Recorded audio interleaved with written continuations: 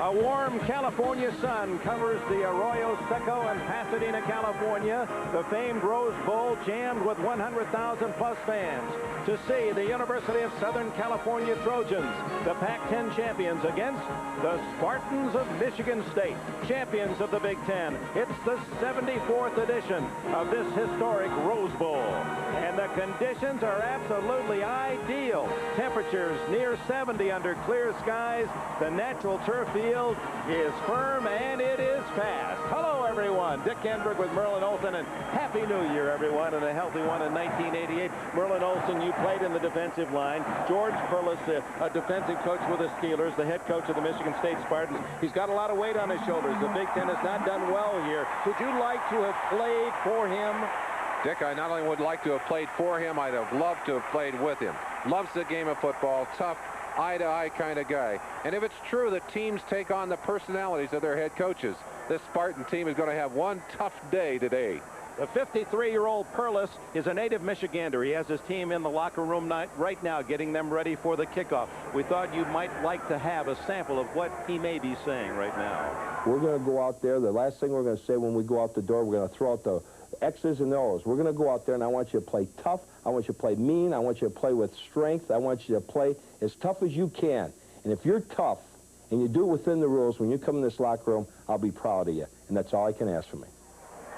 Well, you can bet that in this Rose Bowl, his team will play tough. They're the best defense against the run in the nation, second best overall, and they meet the Southern California Trojans in just minutes.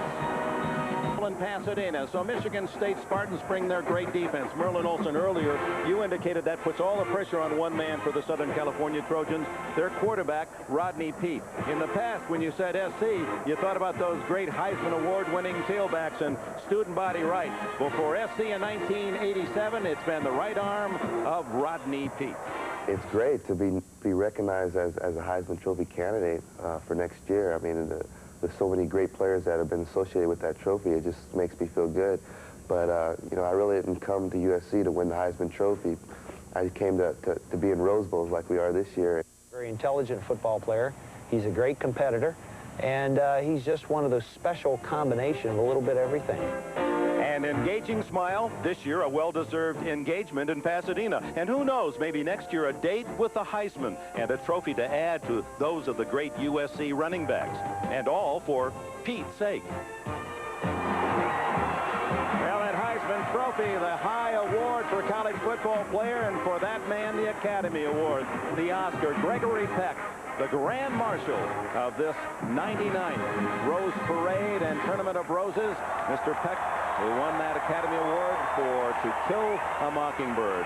The theme of this year's tournament, thanks to communications. And when you hear that voice of Gregory Peck, you certainly realize what a great choice made by the Tournament of Roses president, Herman L. Kronk. And that's Mr. Kronk to the left of Mr. Peck, who used to make the ride up from La Jolla, not in a Pierce Arrow, much as he's riding in today in 1915, but his family, many, many years ago, we think when he's 9 years old, came here to Pasadena to see the parade and the game. And of course, a salute to the beauty of this day, the Rose Queen, Julia Jean Myers, a 17-year-old senior at Arcadia High School, a fine musician, plays the piano, the French horn, and her chord. A beautiful day in Southern California, and there's part of the beauty of this magnificent Rose Parade and Rose Bowl game.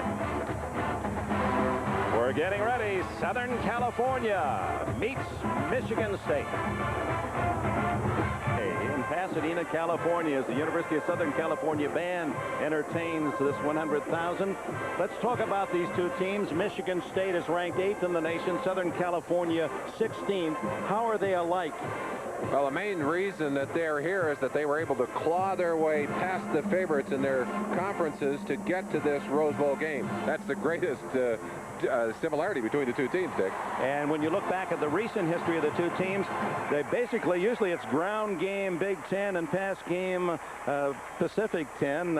Is that how they're dissimilar today? Actually, it is. And what Michigan State brings to this game is a big advantage on the line of scrimmage. Down in the trenches, where most coaches start their philosophy, they have the ability to shut you down. The stingiest run defense in the nation. And, of course, they have a punishing running attack behind Lorenzo White, the great All-American. Lorenzo White, who finished second only to Archie Griffin in the history of Big Ten rushers and carried the ball more than 1,000 times in his career. As you saw, nearly 1,500 yards in this his senior season as he finished fourth in the Heisman Trophy. So let's go to the other side, Southern California. We've already hinted that Rodney Peete's going to have to throw the ball. Michigan State not only is tough to run on, but SC comes into this game without Stephen Webster, their best runner. The pressure on Rodney Peete's shoulders.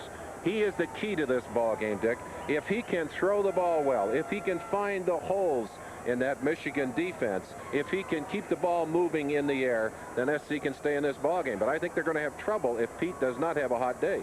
Rodney Peete has been hot this year. He owns almost all of the USC passing records and ranked fourth in the nation in throwing the football. And now the Southern California band has formed to the west side of the grandstand. And ladies and gentlemen, from Pasadena, our national anthem. Ladies and gentlemen, will you please stand? The starting offense for the USC Trojans. At quarterback, number 16, junior Rodney Peete, threw for 19 touchdowns, ran for 3 others. Peete is also the Trojans' starting baseball shortstop. Replacing the injured Stephen Webster at tailback, Scott Lockwood, a former junior Olympic sprint champion. Lockwood, just a freshman. Number 39, fullback Leroy Holt, a 215-pounder. He ran for 452 yards this year. At split end, SC's top receiver with 42 receptions, Eric Offholder. His biggest catch beat UCLA. The flanker, senior Randy Tanner, has a dozen career touchdowns. Watch out, he has thrown for 2 touchdowns. At tight end, all Pac-10, Paul Green. He has a 20-game streak with at least 1 catch. The starting offensive line for Southern Cal at left tackle, the biggest Trojan, 320-pound John Guerrero. 255-pound sophomore Brent Parkinson is the left guard. SC fans say he's their next All-America lineman. At center, 250-pound John Katnick. He's from Santa Ana, California. At right guard, 260-pound freshman Mark Tucker, one of 5 freshmen to start for the Trojans today. And at right tackle, number 66, an All-American, Dave Cadigan, 280 pounds of power with linebacker speed. That's the starting lineup in the Cardinal and Gold of Southern California. And the Southern California Trojans will be playing on natural turf, much as their home field presents at the Coliseum in nearby Los Angeles. They're about to make their appearance. Let's go back to mid-November, East Lansing, Michigan. A big day for the Spartans. And George Perlis, who promised that in 5 years he would bring a Big Ten title, and delivered against the Indiana Hoosiers. And the mass celebration, a royal celebration by the fans in East Lansing on the campus of Michigan State. Many of them are here today. 20,000 or more will be here cheering for the Spartans at the Rose Bowl. And here is the starting lineup on offense for the green and white.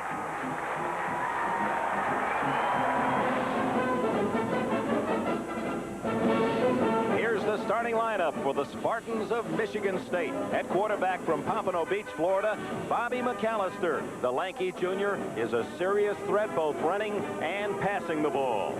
At tailback, All-America Lorenzo White, number 34. He's the second leading rusher in the history of the Big Ten, carried over 1,000 times in his career. Sophomore James Moore is the Spartan fullback, used rarely, carried only 20 times all season. At split end, junior Andre Rison leads MSU in receiving, many of his catches acrobatic. Rison is the fastest Spartan, and number 17, Willie Boyer, a junior from Detroit, will start at flanker. At tight end for the Spartans, Mike Sargent, 241-pound senior, highly regarded as a blocker. The Michigan State offensive line is anchored by all Big Ten tackle Tony Mandarich. He's 6'7" and 289 pounds. At left guard, 269-pound sophomore Bob Kula. The Michigan State center is Pat Shermer, named All Big Ten and also All Academic Big Ten. The right guard, 271-pound junior from Fenton, Michigan, Vince Tata. And the starting right tackle, 285-pound senior David Houle. That's the starting lineup for the Michigan State Spartans. The Spartans returning to Pasadena. Their last visit was in 1966 under Duffy Daugherty. And they get a standing ovation from their faithful as they take the field as we're ready for the coin toss. The Grand Marshal, Gregory Peck, with the two captains, and today's referee, Gilbert Marchman from the Big Ten. It's a split crew, half Big Ten and half Pac-10 officials. This is a moment that every player that has come through that tunnel would describe in different manners, and we've asked many of them, and one word that comes out time and time again: electric. It's electric. You can feel the electricity in this stadium, Dick. The excitement level so high, and the most important thing, the waiting for these players, which has been so difficult, is almost over. They're going to play for the national championship down in the Orange Bowl later on NBC, but you could not tell Michigan State nor Southern California players or fans that this is not a very important game. Mr. Peck with a referee, Gilbert Marchman, and the captains of Michigan State meeting ball to a captain, Southern California. Let's listen in. Back it up, baby.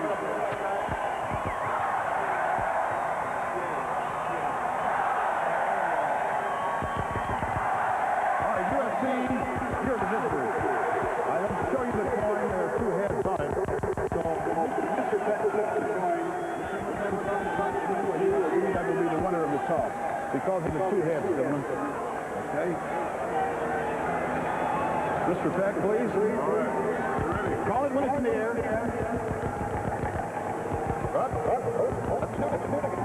Whenever it came up. Call it when it's in the air.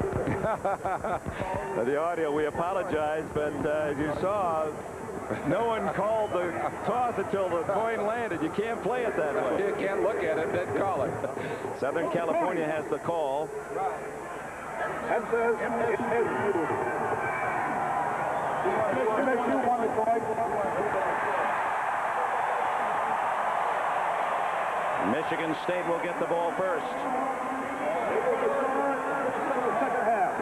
No, they're not. They've elected to take the kickoff in the second half. Well, I think if you have a great defense, that's something you may want to do, is put your defensive team on the field first and really test Rodney Peete and that USC offense. Dave Cadigan and the Southern California captains a bit confused by that strategy, but it does make a lot of sense. So Larry Smith's Cardinal and Gold Trojans will receive to our left to the northern end of the Rose Bowl. What a great job he's done coming here with his 8 assistants from Arizona and simply stepping right in, and within a year bringing his team to the Rose Bowl. Now he had to install a whole new system and get to know all these players. I'll tell you, that's pretty amazing. Of course, they bet the first game of the season back on Labor Day at Michigan State, and the Spartans won 27-13. George Perlis in the midst of, well, that's not Perlis there, but one of his assistants. He's broad enough to be a George Perlis. I got to tell you that earlier game and the time of preparation has helped USC's offense somewhat because of the very complex defense that Michigan State's runs. The stunt 4-3 defense is so unusual. You need time and experience against it. SC has had both the earlier game this year and time to prepare for this Rose Bowl. And it's interesting, you talked about Perlis, who is defensive-minded, was the defensive coordinator under Chuck Noll in the Steel Curtain days, 4 Super Bowl championships with the Pittsburgh Steelers, and he tells Rodney Peete and the whole world that my game is defense. I'm going to make you beat me first. And they're going to make them beat them throwing the football. Rodney Peete knows that very well, but he is the kind of quarterback that can give this defense all kinds of trouble. Deep to return for Southern California will be number 8 Cleveland Colder and 34 freshman Ricky Irvins, as John Langlow tees it up at the 35 for Michigan State. The Spartans, who were last here, Duffy Doherty team in 1966, unbeaten. LBJ. Lyndon Johnson was the president in '66, and that was the year UCLA upset them 14-12 and denied them a national championship. The 74th Rose Bowl game underway, and it's Cleveland Colder at the 15. And dragged down at the 24. Dixon Edwards, number 57, in on the stop. 16 yards on the return.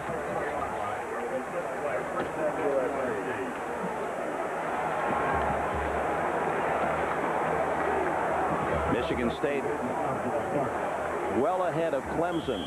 That's yardage allowed per game, under 62 yards. That's about what Southern California gained in the first game of the season against the Spartans. Pete with Holt and the freshman Lockwood in the eye, and they come out throwing. Incomplete, and well covered. The intended receiver, Eric Affolter. Harlan Bennett Barnett was one of 3 Spartans around the ball. Here's that defense for Michigan State. Szymanski, Nichols, Davis, and Buddy. That's a familiar name, both at Michigan State and Southern Cal. Buddy Moore. Percy Snow, just a sophomore, leading tackler, and he's a hitter. Kurt Larson are the 3 linebackers in the 4-3 set, with Derek Reed, former starter at SMU, Barnett at the corners. 2 outstanding safeties in Miller and Crum. 3 wide receivers for the Trojans. And they run it to Holt out to the 29-yard line, a gain of close to 5. Against this stunt 4-3 defense, SC plans to use their fullback more to try and get the quick hitter and try and catch those defensive linemen stunning. I'm sure you'll be examining that as we go through the course of the game, Merlin Olsen, the various games, the tricks, the stunts that the Spartans use. You just never know where they're coming from. It's basically a professional defense, a 4-3 defense, adapted to the college game. Pete on the roll. Rodney Pete's trying to run it. No, last-minute throw's incomplete.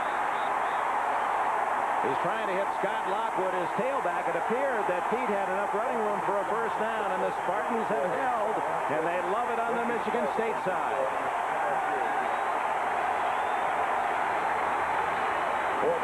Chris Pearl, a junior from Fountain Valley, California, averaged only 35 yards a punt, will kick for Southern California. Todd Crum, an all Big Ten safety and an outstanding baseball player as well, stands at the Michigan State 30. Good kick by Spurl. Crum at his 27. And returns about 9 to the 36-yard line, where Scott Brennan, the man who snapped the ball, makes the tackle for Southern California. A 44-yard punt. 8 yards on the return.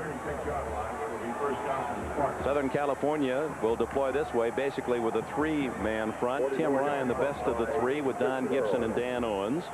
Very young defense. Marcus Cotton, he's a senior. Scott Ross, only a freshman. Davis, the leading tackler, and Stokes are the linebackers.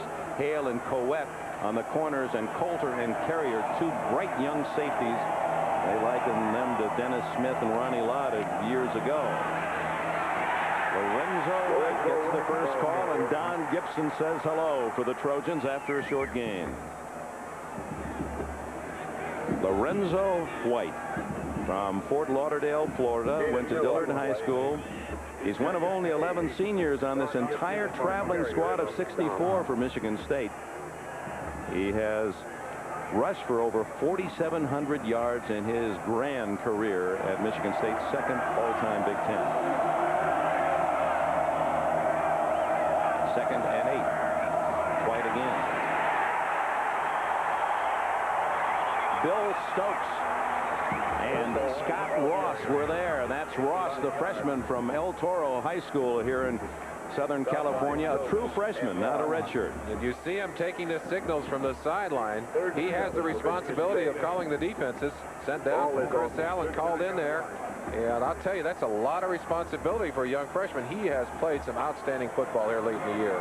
Both teams are young, and that bodes well for their hopes in the season next fall. Bobby McAllister looks at 3rd and 7. His first throw, apparently.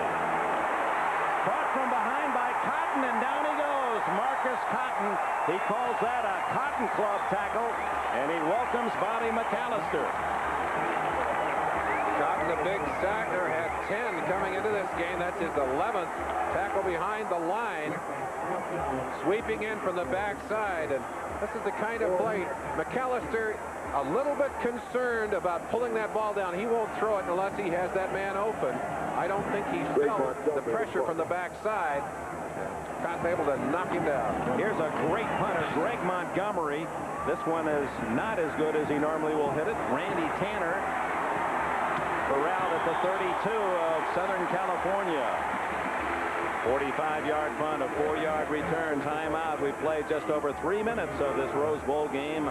No score. Punter hits his average of 45, and Southern California starts at the 32.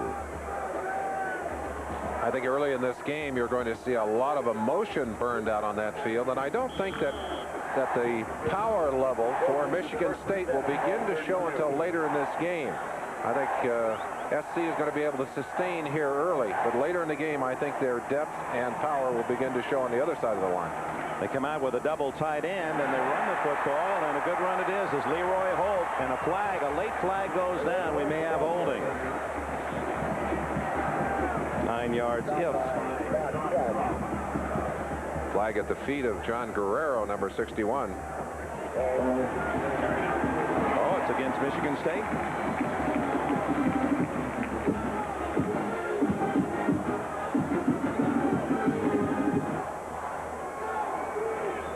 They'll probably take the play and bring up 2nd down and 1 instead of 1st and 5. Now they're going to mark it off from the end of the run. Yeah.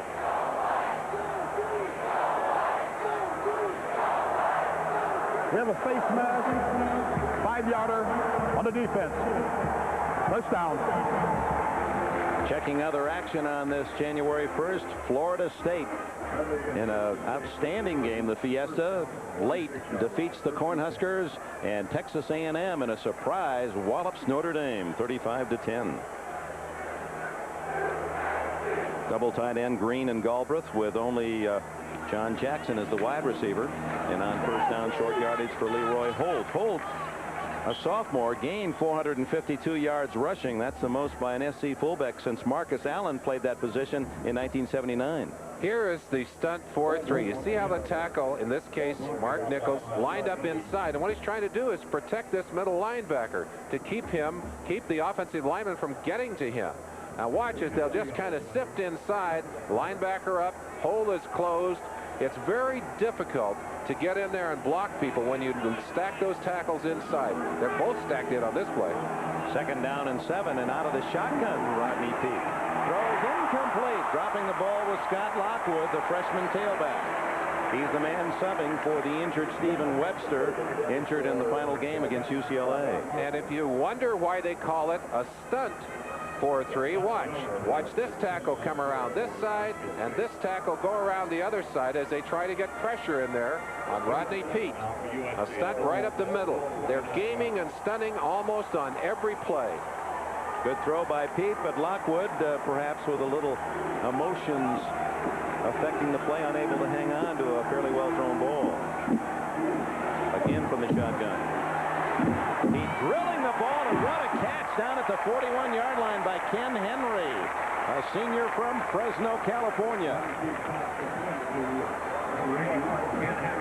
Get a feeling for the power in the arm of Rodney Peete, a fine shortstop, and he has great control of the football. Look at the accuracy of that throw. Henry was covered to the inside. Peete threw it back outside, where the only man that could catch it would be his receiver, Henry. 1st down for the Trojans on the 10-yard play at the Michigan State 40. The give is the hold, and he plows for 5. Other scores today on this big bowl day around the country. Clemson with a solid win over the Lions of Penn State. And at the half, Auburn trying to spoil a perfect season for Syracuse, leading 10-7. Here, no score, 10 minutes left, 1st quarter. Southern California, the first team to cross the 50-yard line in this 1st quarter. And it's 2nd down and a long 5. Fake to Holt. Peete on the option has a 1st down at the state 28-yard line. Brian Jones, a freshman, playing for the injured Percy Snow. Apparently Snow wobbly as he left the field a couple of plays ago. Two things that you can do to hurt this stunt 4-3 defense, and this is one of them. Getting outside, getting that good sprint out action by the quarterback, or the option to the outside. Rodney Peete able to get you that good movement, that good scrambling ability, good running ability. Holt, he almost didn't get the handoff. In fact, that might have been a fumble the way they were scrambling. Mark Nichols, number 83, right in the thick of the play. Kurt Larson, number 3, also there for the Spartans, and as they unpile number... SC continues to work to that quick hitting fullback as opposed to the tailback, and again the reasoning, they're trying to catch Michigan State's defensive linemen in those stunts and split those stunts to get some yardage. 2 yards on the play. Nichols, a senior, number 83. Got him from behind, right around the shoulders. Ricky Irvins, a freshman, number 34, now a tailback for Michigan, for Southern Cal. Peete over the middle, finds Irvins, and he's down at the 18-yard line, close to a first down. Be about a yard short of that first down. Irvins, the quicker of those 2 freshmen, is in there, of course, to use the little ability. Peete taking a shot on this play from the backside. You'll see the pressure arriving just a little bit too late. That's John Buddy coming in from his end position to put a smack on Peete, but the pass is complete. 3rd and short yardage. A long one for Southern Cal. It's Holt up the middle, and he has the first down, close to the 16. Leroy Holt. Where's number 39? He admired Sam Cunningham. Remember over-the-top Cunningham in the 1973 Rose Bowl game against Ohio State when he scored 4 touchdowns? Well, Leroy Holt loved Cunningham, and where's his number 39? Dick, apparently no one told this SC offensive line that they were going to be dominated today. Cadigan and Tucker and Katnick, Parkinson and Guerrero have done a fine job on this first drive. 10th play of the drive. With 7:50 left in the first quarter, and Peete incomplete to Holt. Well covered by Miller, number 44.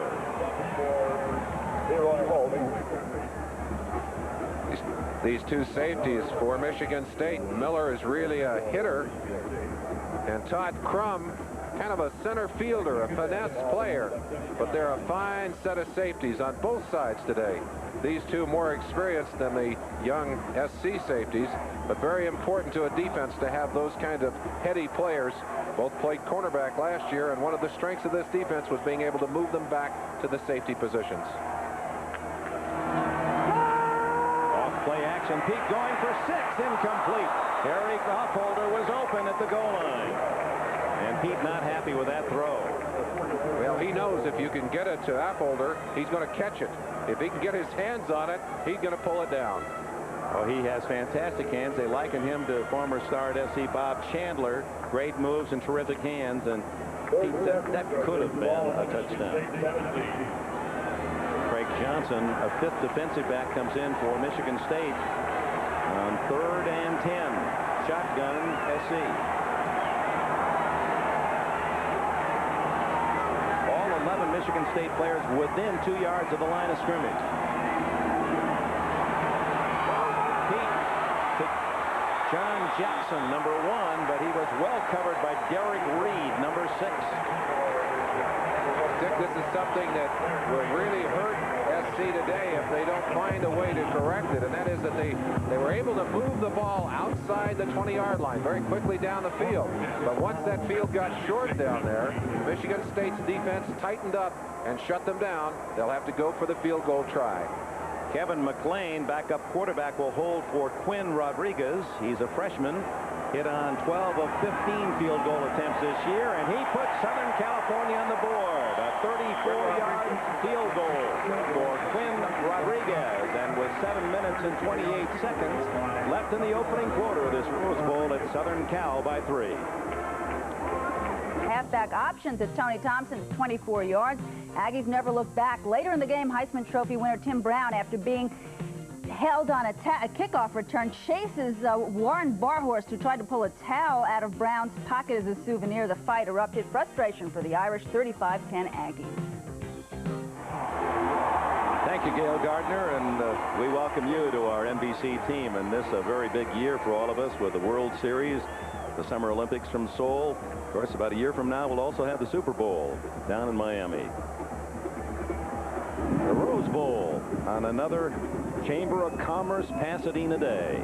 And Southern California has struck first on a 34-yard field goal by freshman Quinn Rodriguez, and he will now kick it off to Michigan State. Blake Ezor, a sophomore and a sprinter from Las Vegas, Nevada, and Craig Johnson, another sprinter, number 28, are deep for the Spartans.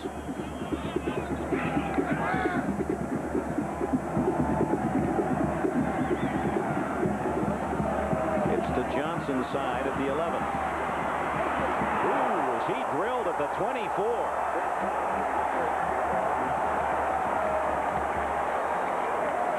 Craig Hartsiker, a linebacker, number 40, really put a shoulder on Johnson.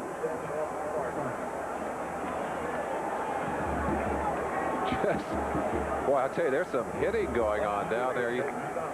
This is the last game of the year. There's nothing to save it for, and both teams, I think, have that same kind of feeling. And Hartsiker, who's a backup linebacker, actually defensive end, the way Southern Cal plays, really puts some meat on it. To Johnson's credit, he did not cough up the ball. Lorenzo White and James Moore, and McAllister throws incomplete. Intended for Willie Boyer, and Dwayne Garner, number 9, came up to bat it away. Neither of these quarterbacks have really been on target early. We probably would expect Bobby McAllister to have a few problems, but Pete has been wild too. This one is thrown high. You pull that pass down a little bit, I don't think that ball is going to be fumbled away. You stretch a receiver out like that and you just burp him, and that ball comes rolling out. McAllister's first pass of the game. Here's Lorenzo White, balding, hurdling, and fighting close to a first down. Marcus Cotton finally made the tackle after nearly a 10-yard gain. Marcus Cotton, very important in the scheme of things today. Coming from the backside, he's going to come all the way around to get a piece of that tackle. Well, that's some great pursuit. That's a nice touch by Cotton, number 25. He's done that himself with adhesive tape. That's in honor of Stephen Webster, the tailback, who will not play today because of an injury suffered against UCLA. McAllister rolls to a first down at the 40. Greg Coet, number 46 on the corner, made the tackle. The Spartans on the move. Both of these teams have improved since the beginning of the year, since that first game. And one of the people who has improved the most is Bobby McAllister. He's grown in confidence. He's also grown in his experience level, and very importantly, in his respect level among his teammates. Much better quarterback. Still has some improving to do in that confidence level.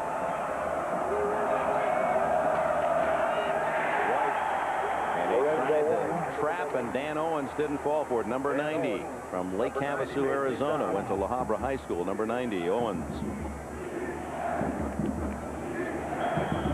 Tony Mandarich, boy, he is a giant on the right-hand side. He's the trapper coming in. Now, that's not quite a decleater because the back appeared to miss the hole on that play. There's plenty of room in behind. The back just did not hit the proper hole.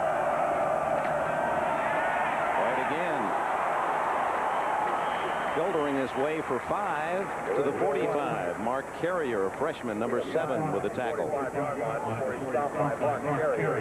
It's a team that can, well, you'll watch them coming just for, well, golly, we're hardly going to be able to see them. But let's just turn that loose and watch as they'll pull the 2 linemen from the end. That's a tight end, Sargent, and Mandarich coming around from the left-hand side to lead up through that hole. Boy, that's putting a lot of beef in front of that ball carrier. McAllister on 3rd and 5 to throw. And now the scramble. He's got 5 and more. And a first down at the Southern Cal 38. McAllister.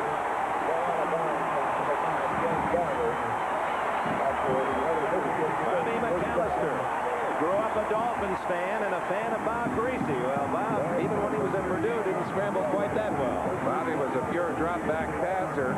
He would have liked to have been able to run like Bobby McAllister does here. McAllister gets good distance and then gets himself out of bounds with a little assistance. But that's a big first down to the 38-yard line of the SC Trojans. Southern Cal leading 3-0 with 5:07 remaining first quarter. Lorenzo White weaving to the 31. Mark Carrier coming up from the safety spot to make the tackle. The thing Lorenzo White does best is cut back against the grain. That very quick lateral movement. And there was a question because he plays so much on the natural turf. It will take him a little while to adjust, or on the artificial turf. It will take him a little while to adjust to this natural turf. And there was a question as to whether he would be able to cut as quickly. He showed us some great cuts there. Second down. Double tight end Mike Sargent and number 86 Rich Gazevich. Little hesitation and goal by Lorenzo White. His idol was Walter Payton, so like so many young athletes, he borrows the number 34. Davis and Coulter with a tackle. Two best all time in their careers, and of course the Buckeye Archie Griffin graced these lawns of the Rose Bowl as All-America at Ohio State. The thing that amazes me is that he has carried the ball 1,047 times. George Perlis says, he said, that's like being beaten up 1,047 times. Running into guys like you, it is. Third and short. And diving over the top, and it's going to be close. As Scott Ross and many others there for the Trojans. Close to a first down. The quiet man at the bottom of that pile, Keith Davis, number 60, they're going to measure. The linebacker who leads this team in tackles has done in 2 of the last 3 years, but he doesn't say a word out there. He talks with his shoulder pads and his helmet. They will measure, as you see, the try again over the top. Joe Q, number 38. And it is a first down for Michigan State.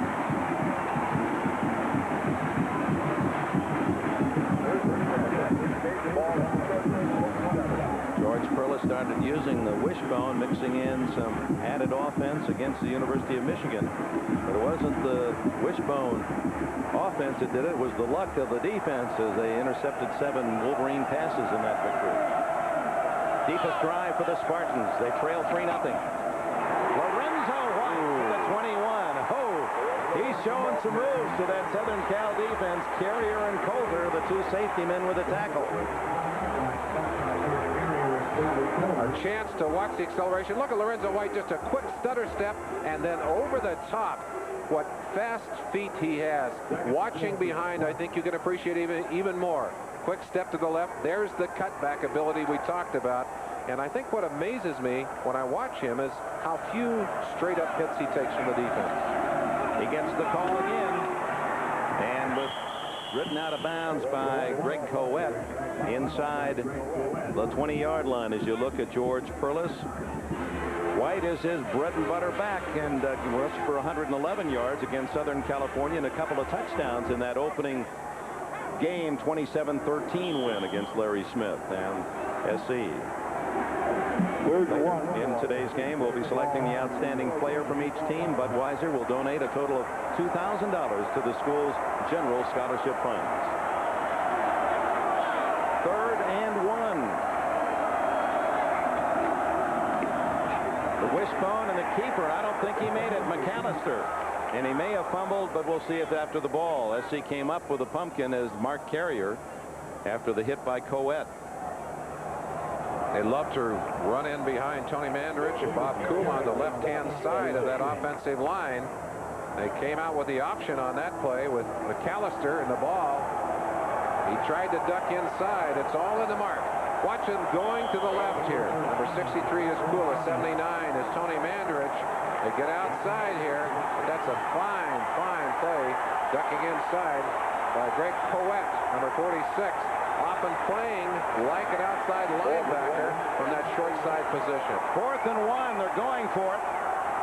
Dwayne Young used primarily as a blocking back as is the wing to the left. White diving for the first down. Lorenzo White for the first down.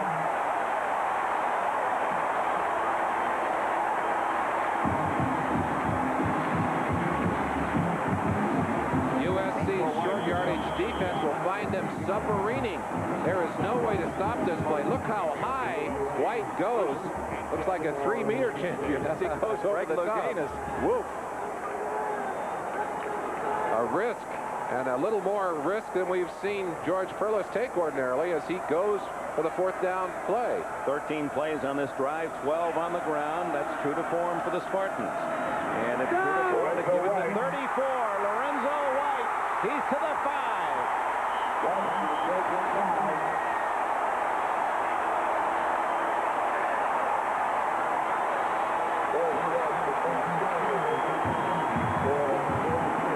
Great running backs have the ability to see the hole, and then they make yardage on their own. Look at this as he spins away from Coet, keeps his balance, gets away from Stokes, finally taken down by Carrier. Watch the quickness here as he sees the hole and just explodes inside, getting away from Marcus Cotton in the process. Oh, that's a ballet. First and goal, Michigan State trailing 3-0. It's White again. He's got a touchdown.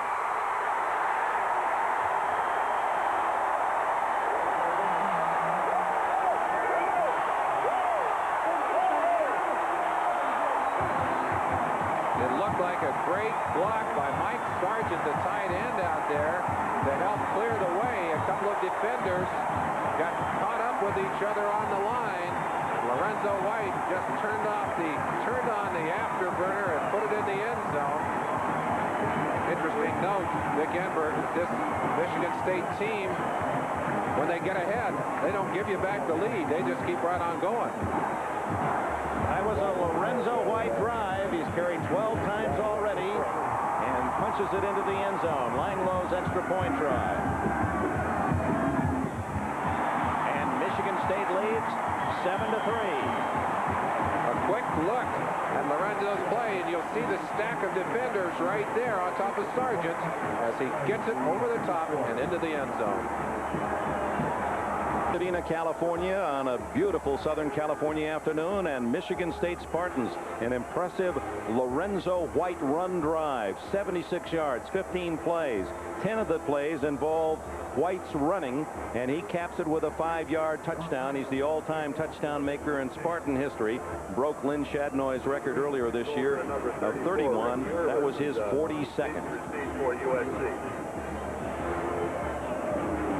Cleveland Calder and Ricky Irvins will return the kick as Lorenzo White, a well-earned breather. He says, give me the ball. He ran it 56 times in the win against Indiana, and he was ready for more had the game demanded.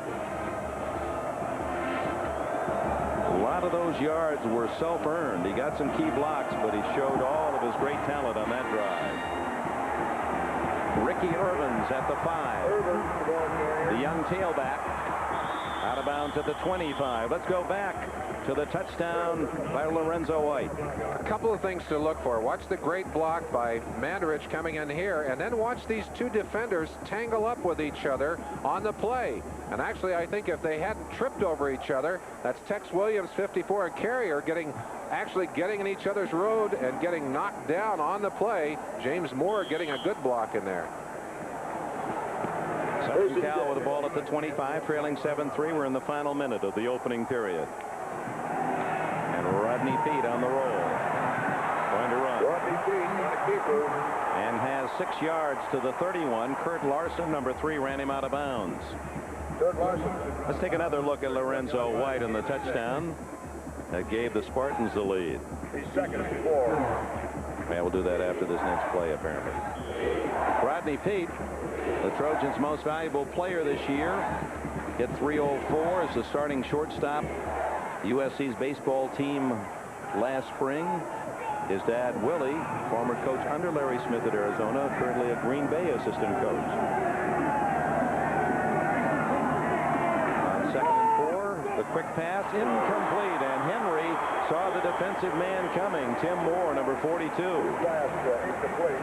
Intended for number 1 or number 81, Ken Henry. Derek Reed was defending for the Spartans. Let's go back and look at that touchdown again. And looking in behind, you get a good chance to watch the block. And I said that was Moore making the block. Actually, it's Joe Pugh who's the better blocker of those fullbacks who got the nice block in there. But that's the quickness and the acceleration of Lorenzo White that really made that play possible. 3rd and 4. Up the middle, complete to the tight end, Paul Green. And he keeps his consecutive streak going. He's caught at least one pass in 20 straight games coming in. And Green, a junior from Fresno, picks off a pass and a first down to the 44.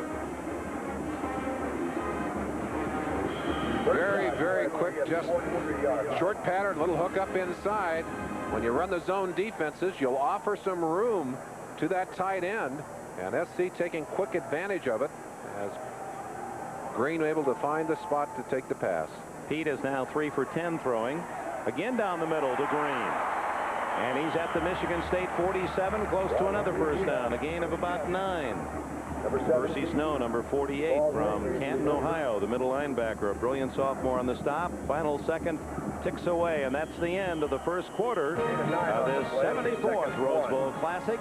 And after 15 minutes, the Big Ten champion Michigan State Spartans lead 7-3.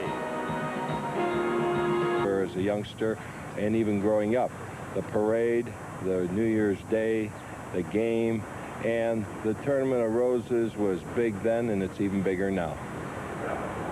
George Perlis, who says everything's been perfect. The accommodations, the weather, the training out here in California. He said only one thing's missing. Duffy Doherty, my coach, isn't here to watch me. But he knows his spirit is there in green and white, rooting for the Spartans today. As Pete on 2nd and 1 goes deep. Intercepted.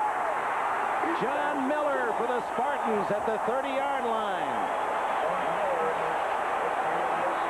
We mentioned the two safeties, the heady play of Miller, who I think anticipated the pass. It's a throwaway down.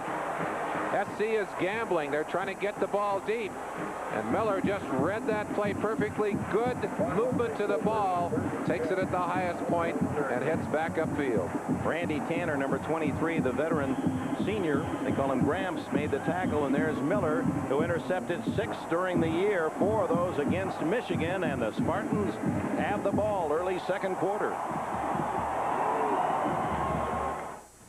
What do you think of Jensen's report? Looks terrific. I thought so, too. It's nice to see our computer system is finally earning its keep. I wish that were true. What do you mean? Marketing isn't using our system anymore. And how do they do this? They did it on their own system. The one they got a month ago. They put this together in a month? Well, not quite, Frank. They did it in a week. Dodge Daytona. When you look at its long list of standards. Slides down at the 31-yard line, a gain of a yard. Marcus Cotton, number 58, there to secure the tackle. There was the case where I think you had McAllister feeling his way as he would on the artificial turf, not able to make that kind of cut here on what is a very good turf. In fact, I think it's the nicest football turf I've ever seen. I don't think you can compare it to anything. It is, we were on it yesterday, and because UCLA played away in their last game, they had an extra week to seed that winter rye. It's a very firm track.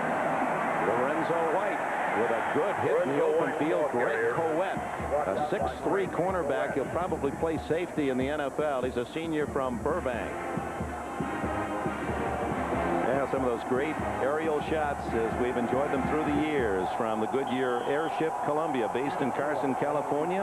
Our pilot today is Joel Chamberlain from Norwood, Massachusetts.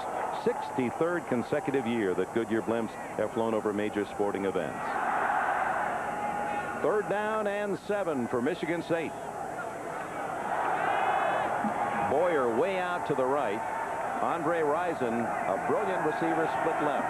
And a draw. White Brought down by 99 Tim Ryan and 90 Dan Owens as the Trojans' defensive line read it well, and Michigan State will have to punt. The conservative nature of George Perlis and Morris Watts as offensive coordinator showing there as they don't go to the pass. They'll count on their punter, Greg Montgomery, an All-American in his second year. He's been there twice as an All-American to get them field position and put their defense back on the field. Randy Tanner is back at the SC-19. Montgomery has a major league foot, and he drives this one high. Tanner waiting and waiting at the 24. Clip. No flag, and Tanner returns close to the 35-yard line. Jenkins and Edwards with a tackle, a 42-yard punt, a dozen on the return. Timeout. For City, Detroit, that note has to be an encouraging one. And for Dave Cadigan, the Southern California All-America tackle, the 23rd lineman for SC to make All-America since '64, playing in a season dedicated to his mother, who died of cancer just before the first game against Michigan State. We'll keep an eye on number 66. A reverse to Tanner, and he's to the 40, the 41, a gain of 6. Cadigan is 6'5" and 280 pounds from Newport Beach, California. And we talked about those decleaters, Merlin Olsen, where you knock a man on his back so you see the cleats in the air. He had an average of 14 a game. Very, very strong, as you would expect for a big man, 6'5", 285. He can bench press about 485 pounds, which is the most ever pressed by an SC Trojan. Second and short. The give is to the freshman Irvins, and Tim Moore and company. Looked like a fumble, but I think SC covered, but I believe that ball was loose momentarily, Dick. You saw something, the color of the football might have been the bottom of the shoe. Or a helmet. That's right. Short of the first down on 3rd and 2.5. One of the things that SC misses, and not only Webster's running ability, but his experience. We put 2 true freshmen into a big game like this, and there's got to be a lot of butterflies on the field. He's a tailback, Irvins, who played here in Pasadena at Muir High School. Pete to throw. Quick out is over the head of Tanner. He was well covered by Derek Reed, and Pete goes down. I believe it was John Buddy, the defensive end, applying the pressure, and he's groggy. You'll see Pete taking the shot here, and this is a relatively quick pass. Buddy had gotten excellent penetration, and Pete waving that right arm a little bit. He's been popped a couple of times pretty hard after he's thrown. Chris Spurl kicking to Todd Crum. Crum, outstanding athlete, a great baseball player himself, and Spurl, maybe motivated by Montgomery, kicking very well, and that one rolls all the way into the end zone for the touchback. So Michigan State with a 7-3 lead will have it at the 20-yard line when we return to Pasadena. Welcome back to the Rose Bowl. Michigan State leading early second quarter, 7-3. Dick Enberg with a former Grand Marshal of the parade, and this great day, Merlin Olsen. I know this is a very special day in your life. It really is. I saw Gregory Peck coming into that car and remembered what it was like to ride down that parade route. All those eyes focused on you, that wonderful eye contact, that wonderful sharing of emotion. This is such a special day. More than just a football game, more than a parade. It's an event, and a national event for all of us. That's a terrific way to start a new year. Many fans experienced it today. Here's Lorenzo White. Twisting for 8 more. In his career, Lorenzo White 15 times rushed for 100 yards in a half. 5 of those this season. And he's on his way to a possible century mark in the first half today.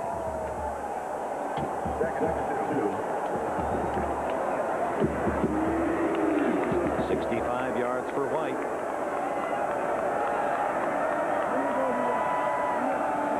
This time it's the fullback Moore. They weren't expecting him to get the call. He toted the ball only 20 times all season.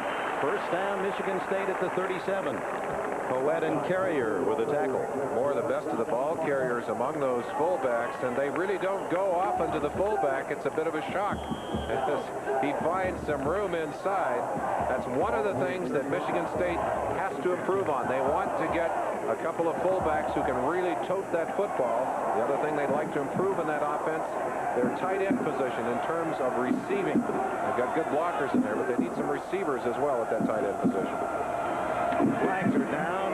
White corralled for little or no gain. Bill Stokes, number 31. He played at Pasadena High School. Weak side linebacker, was first there. Dick, this SC defense is a field perimeter defense. They try to pin you against that sideline. They stack the wide side of the field, and they say to you, we want you to have to battle the odds on the wide side of the field or go back into the short side. It apparently is against Michigan State. It appeared to be a motion penalty. No gain, and I think they're going to decline the penalty, at least. There's the motion call, 5 yards, but on the play a gain of only, well, maybe no gain at all, so we'll see if Southern Cal declines. We have illegal motion on the offense. Penalty is refused. Second down. 10 minutes and 6 seconds left in this first half. Michigan State on the ground. Well, we said they were a running game, a running circus. They do put it on the ground and roll it at you. On 2nd and 10. Long throw to Ryson, and he's open all the way to the 6-yard line.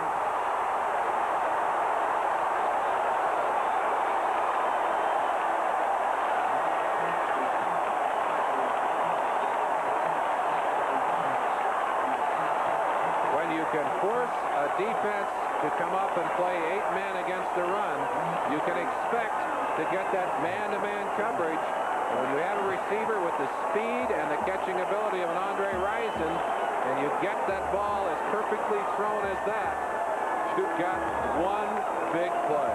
55 yards on the play. They spotted inside the 8-yard line. First and goal. Rison, who has been brilliant, and he's second in the Big Ten long jump. He is a reserve on their basketball team as well.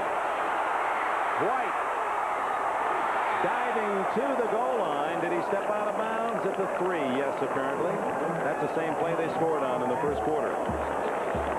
What great body control as he fought for the sideline. Dick, it's interesting to note that the SC defense has left Tony Mandarich uncovered for a good part of the day. That's the big left tackle. They're not putting a lineman in front of him, but watch him struggle down that sideline, stepping out right at the 2-yard line. That ball is marked, I guess, a little further out, actually out at the 3. Double tight end. White, touchdown.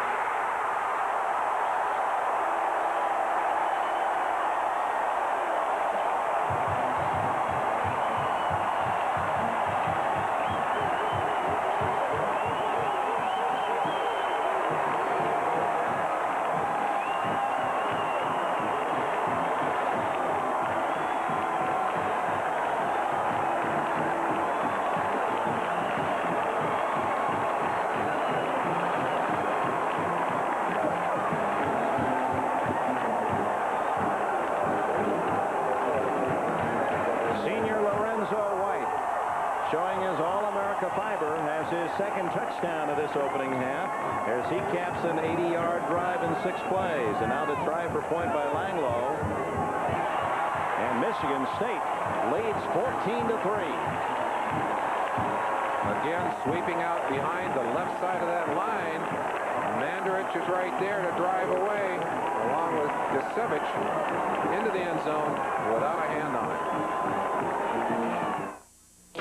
On the drive, Bobby McAllister to Andre Rison of 55 yards, and then the walk-in by Lorenzo to make it 14-3. 9:20 left in the first half. And that physical advantage, that power on the offensive line for Michigan State beginning to show here, Dick. Langloh will tee it up, and a return for USC, Cleveland Kohler and Ricky Urbans. Irvin's on the near side. Well, things have not been so pleasant for those who cheer for the Big Ten Conference champions. Only twice in 18 years. There have been a 7-year span between wins, and this would be the 7th year again. And perhaps the Spartans have the itch. At the 15, Irvins. No one to block for him. And he ad-libs his way to the 23. Let's go back to Lorenzo. He didn't have much to contend with. Number 63, Bob Cola. 79, Tony Mandarich. 60, Pat Shermer, all getting great plays. As we turn that play loose, you'll watch them driving down, getting the good block by the fullback in there, James Moore, and there was just nobody left. When you get that kind of execution in the offensive line, you've got some real problems defensively. So Southern Cal will have to rally from an 11-point deficit, and Pete comes out throwing. Little safety valve toss into the flat. Affolter has his first catch of this Rose Bowl, and Kurt Larson with a tackle.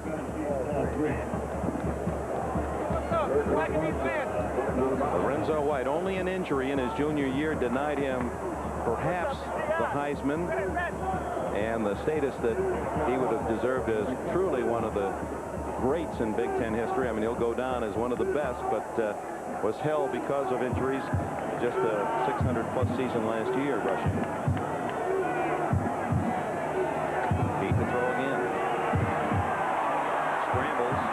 Boy, some pretty running by Pete in the first down to the 38-yard line. Paul Green threw a good block on the way, and Percy Snow, they say Snow ices you with his tackles, and the sophomore put a good hit on Pete. Number 83, Nichols, very impressive in his defensive tackle position, often double teamed. He was in to pressure Rodney Peete, but Pete doing what he can do so well with his quickness and his running ability, able to escape the pressure and pick up some yardage. 8:45 left first half. 14-3 Michigan State, and a sack by Travis Davis, and he knows how. He led the Spartans with 11 during the course of the year. And he's been taking lessons from Mark Gastineau. Did you see that little sack dance he did down there? There he is, Davis. He wears 75 because he grew up as a Steeler fan, and that was the number worn by Joe Green. He'll come around from the backside, and one of the reasons that he gets there so often is that they really have to double team Mark Nichols. Nichols also there almost simultaneously as the two tackles stack him up along with John Buddy. Only 7 sacks against Pete, who's such a good scrambler anyway, and Davis hooks him for 1 on first down. So 2nd and long. Quick toss to the fullback Holt. Out of bounds shy of the 40. Harlan Barnett with a tackle along with Kurt Larson. Number 39, Leroy Holt. Harlan Barnett in on that tackle. Number 36 for Michigan State. Trying to celebrate his birthday early. He'll be 21 years old tomorrow. SC working at a little bit of a disadvantage. The sun low on the horizon to our right, coming into the eyes of receivers looking back at the quarterback. That's not great if you're trying to throw that ball down, and it's hard to spot against that bright sunlight. 3 wide receivers on 3rd and 10. Pete on call time. Didn't like what he saw defensively. So he'll talk it over with Larry Smith and company with 7:56 remaining in the first half. From the Rose Bowl, Michigan State trying to end the Big Ten drought. It's been 7 years since a win, and only 2 celebrated since 1970. Leading Southern California, and the Cardinal and Gold of USC a slight favorite coming in, but it's the Spartans 14-3. Just under 8 minutes left in the half, and Southern Cal looking at 3rd and 10, and Pete, after going to the sidelines, will work from the shotgun. 3 of his 6 completions have been to the tight end Green. And that's where he goes on this play, but I believe it's short of the first down at the 46. Percy Snow, the middle linebacker, in on the tackle, a yard shy of a first down, so the punting team comes on. A good play, and you can hurt this Michigan State defense going to the sideline, but you've got to pick up the first down. Paul Green, who's a fine athlete and a fine catcher, just did not get the required yardage. 1974, it was Ohio State beating John McKay's Southern California team. And Michigan's Bo Schembechler and the Wolverines beat Washington in 81. Todd Crum trying to help George Perlis and the Spartans win here in 88, and a flag down on that return.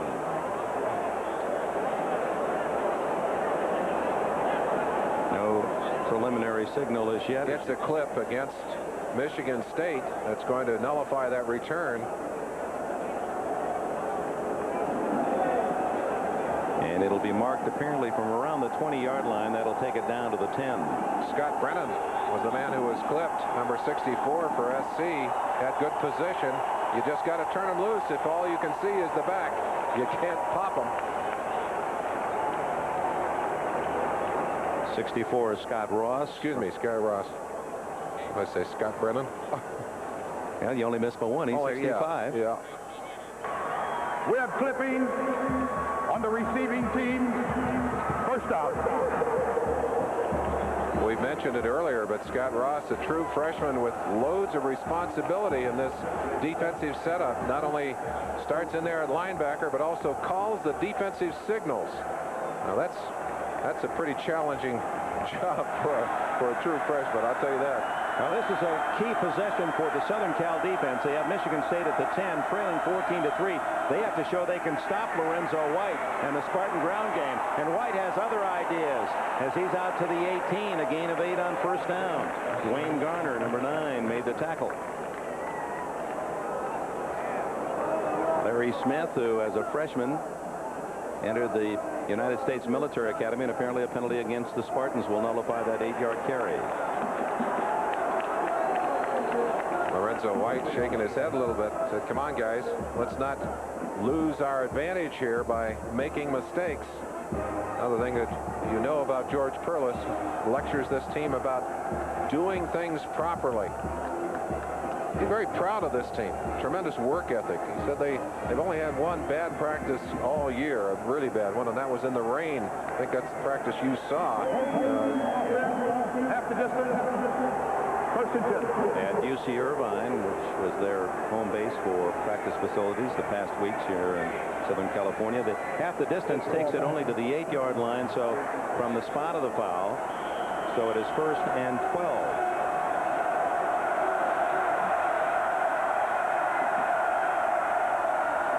White, oh, just tripped up by number 60, Keith Davis, the Trojans' leading tackler of the past year, and twice in his career at SC, he led his team in tackles and was second last year as a junior. Good student, better than a B average in business finance, and twice a Pac-10 all-academic player. 2nd and 9.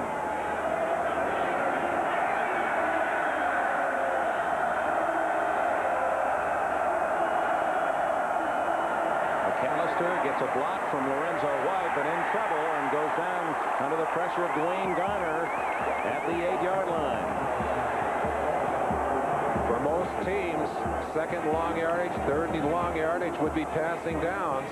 Not necessarily for this Michigan State team. Again, you've got to remember they're still not wanting to put too much pressure on Bobby McAllister to throw that football backed up into his own end zone.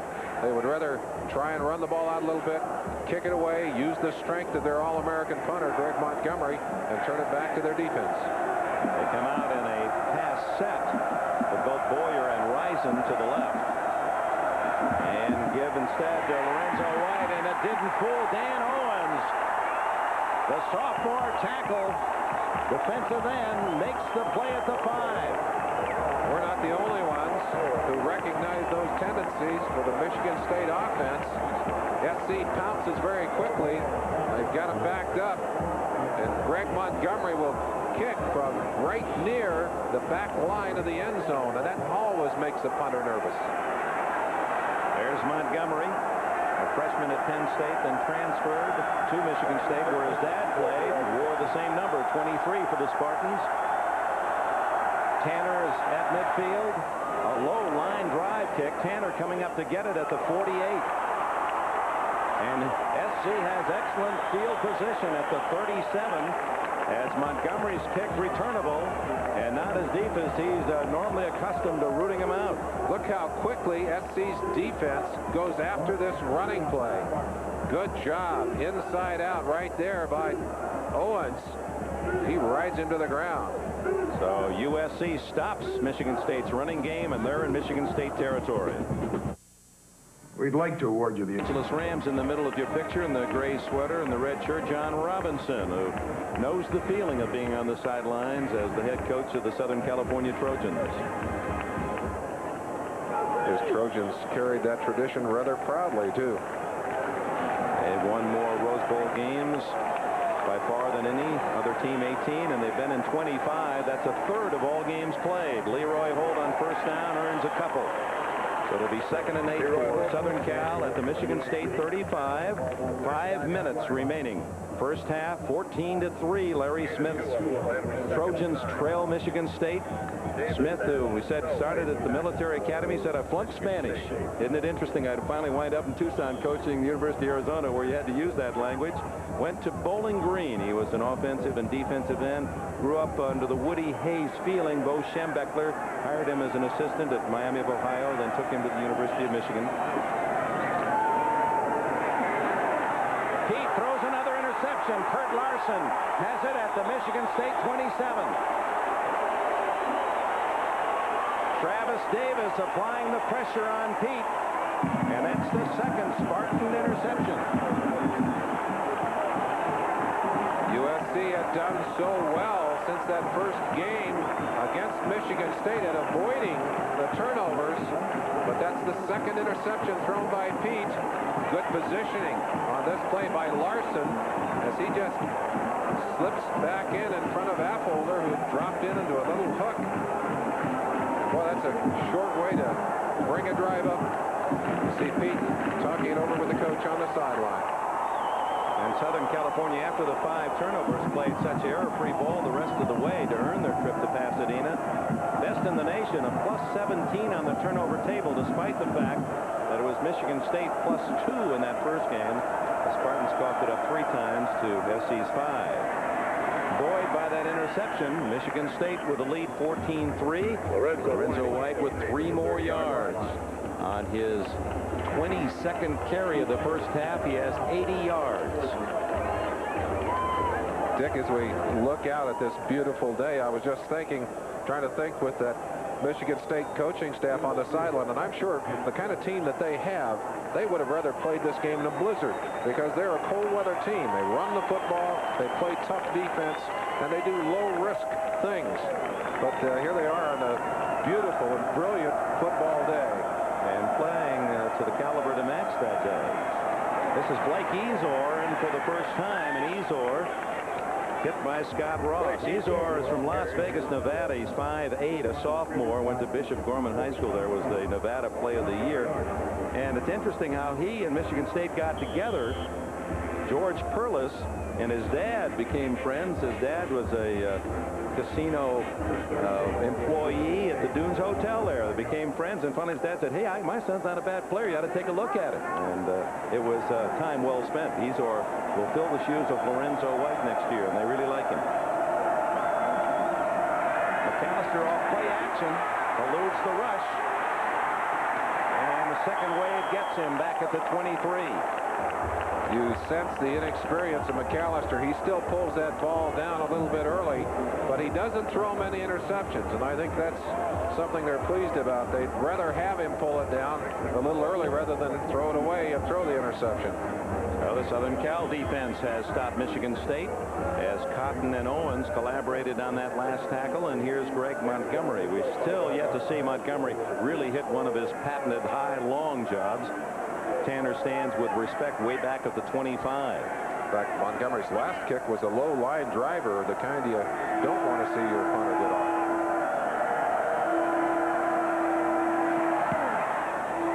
There's one. He hits that one a ton. There's one to the 17. And Tanner gets it to the 30. Mike Iaquinello makes the tackle. A 60-yard kick for Greg Montgomery.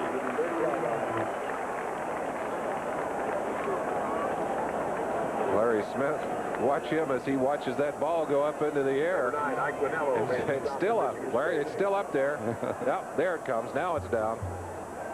A Ruthian. Oh, hey, now that's body English, I think, right there. Larry Smith's home is right up here above the Rose Bowl at La Cañada. He wakes up every morning, and when it's a clear day, looks down at this stadium. I'm sure that did a great deal to reinforce his goal for this season. Gail Gardner will run down all the scores and highlights of this big bowl day, this January 1st at halftime. Stay with us. Trailing 14-3. Pete. Oh, that went over one SC receiver to another and caught by John Jackson. He's a sophomore from Diamond Bar, had 34 catches this year and led the receivers for the Trojans with 7 touchdowns. Looking in over the heads of the linebackers from the backside, and this is what a Calvin Pete's running ability and confidence can do for you. He'll wait and wait, well, and he'll get the ball again live as he gets the ball out to the outside very quickly. The tailback picks up a first down at midfield. 1:40 left in the first half, and so USC on that last play working without a huddle, trying to conserve time, trailing Michigan State 14-3. The emotions of this game so important now, these final 2 minutes. Michigan State trying to stop the Trojans, go into that locker room with a sizable lead, and Southern Cal trying to build some momentum by getting some points before the half. Well, one thing we do know about this SC team, with Rodney Peete and a passing attack, they can come from behind. They can sting you from behind. Michigan was ahead last year in the first half, you recall. Before halftime, Arizona State able to, whoop, what is that? It's a pass, and Leroy Holt catches it. That's almost a serious mistake by Rodney Peete. As he was hooked from the back, they had a hold of his shirt, and he tried to just flip the ball out to get it out to one of his running backs there. They're coming back with no huddle very quickly. Second, 11.5, 12 yards to go. To the sidelines to Lockwood again, out of bounds at the State 44. Short of the first down by 5 yards with 1:10. Clock stopped. But now SC also looking at third down. SC used one of their timeouts earlier. As Rodney Peete didn't like what he saw with the defense, they still have 2 left on the board. Moving the ball now inside of the 45-yard line. They'd like to get something.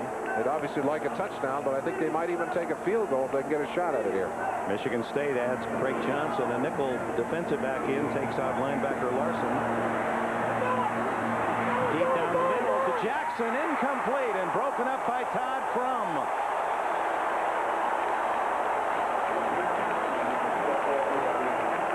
Nick Saban, the defensive coordinator for these Spartans, talked to me about his team. One of the guys he's so proud of is Todd Crum. He said this is a smart football player. He reads the quarterbacks. In fact, he thinks like a quarterback. You'll see it here. Look at the timing. Crum, watching the eyes of the receiver, delivered the blow before that ball could be tucked away and shook it loose. Well, the Spartans deny Southern Cal and Spurl to punt. Into the end zone. Crum lets it fly. Whoa, Southern Cal saves it at the 4. Smart play by Mark Carrier, number 7. Looked like he volleyballed that ball back. It was headed into the end zone. He got there and just tapped it back. Watch number 7. Right there, just within about 6 inches of being on the end line, taps that ball back. Very, very smart special teams play. And Scott Ross downs it at the 4-yard line. Of course, following our Rose Bowl coverage, it's the battle for the national championship. Number 1, Oklahoma, takes on number 2, Miami in the Orange Bowl. Barry Switzer's wishbone offense testing the Miami defense. And, of course, the Hurricanes with that usual fine pass offense. Someone will be crowned national champion in the Orange Bowl tonight.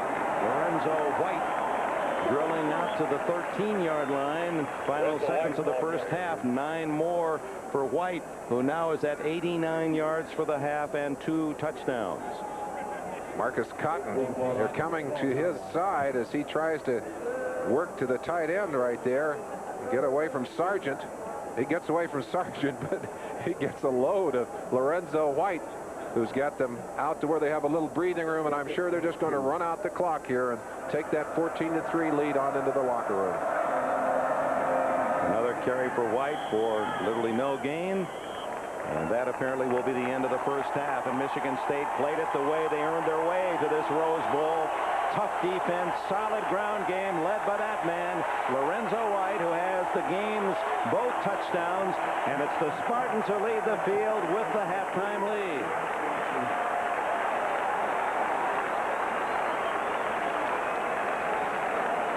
Michigan State, the slight underdog, with a 14-3 advantage at the intermission. Rose Bowl 888, and we'll be back after these messages from your local station.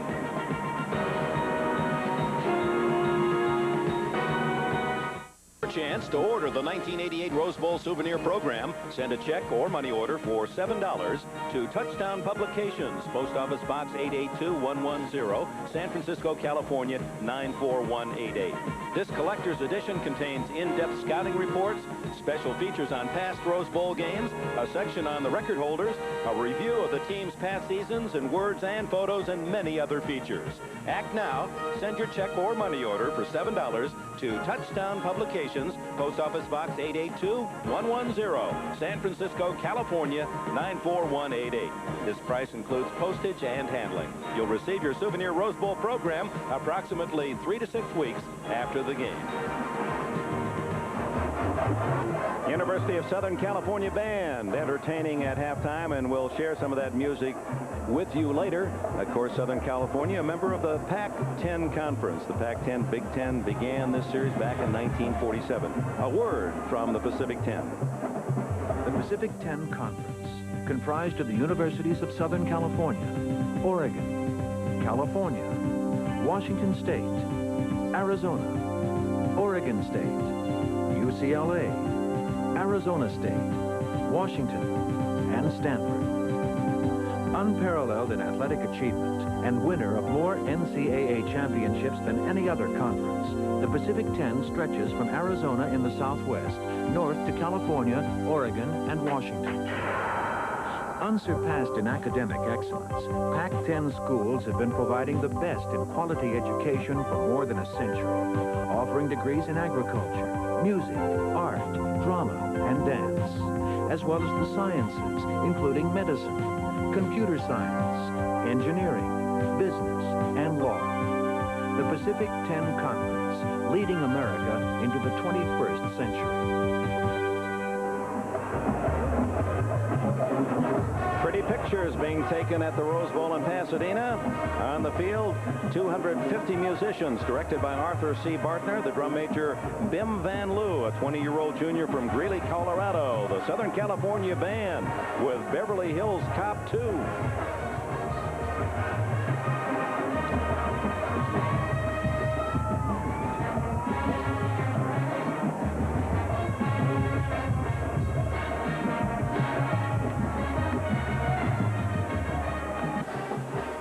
Harriman Kronk, the president of the Tournament of Roses. White,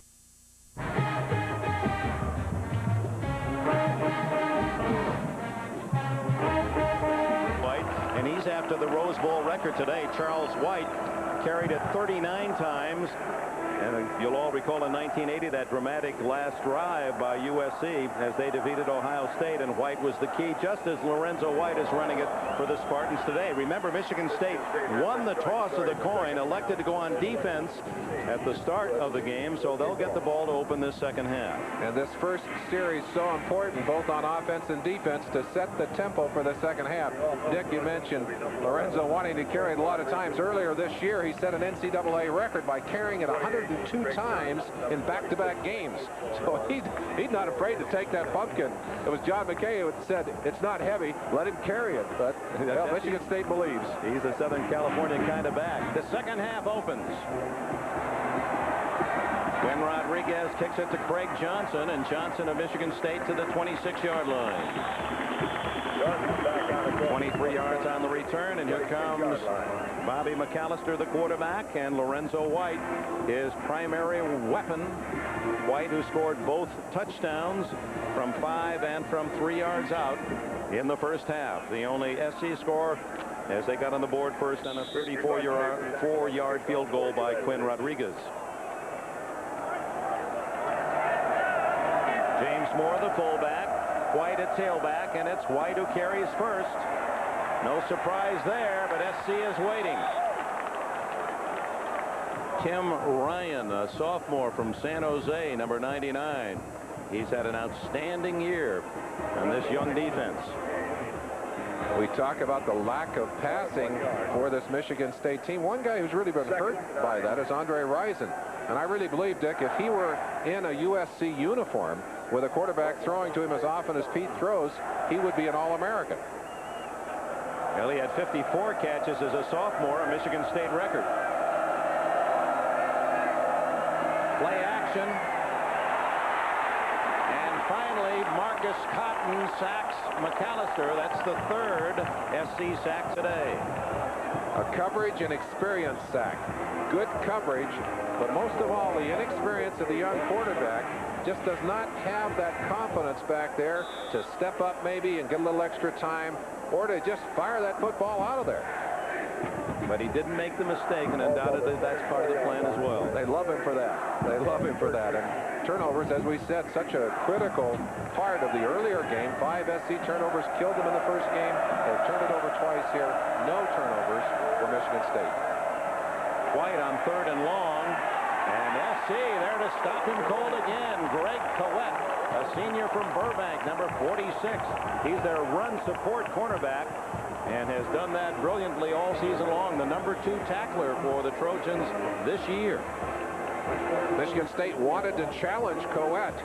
They didn't think that he was that good a tackler. Well, he certainly proved that he could tackle on that play. I think White made a bad choice going outside. It looked like there was room up inside on that last play.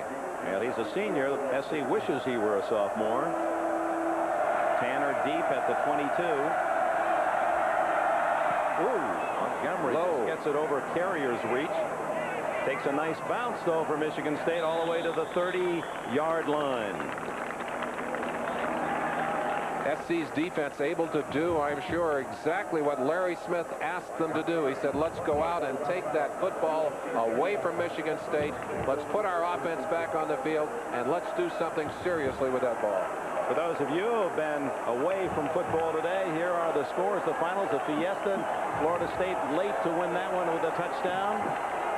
35-10 Clemson surprises Penn State. A 16-all tie Syracuse and Auburn. Texas A&M a big winner.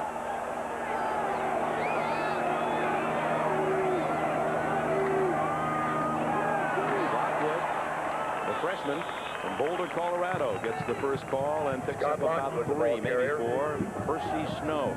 That name Snow, for you historians of the Rose Bowl, was one that will click in. Neil Snow, back in 1902. Only Harry Coyle, our director, can remember that. Neil Snow scored 5 touchdowns for the University of Michigan as they beat Stanford 49-0 in the very first Rose Bowl Classic. There's Percy, a sophomore from Canton, Ohio. Takes those calls from the sideline, calls some defenses in there. He is not a big linebacker, but he really can move, and he can hit you and hurt you. He fires quickly, and it's Eric Lockholder, who has a first down at the 43. Arlen Barnett with a tackle.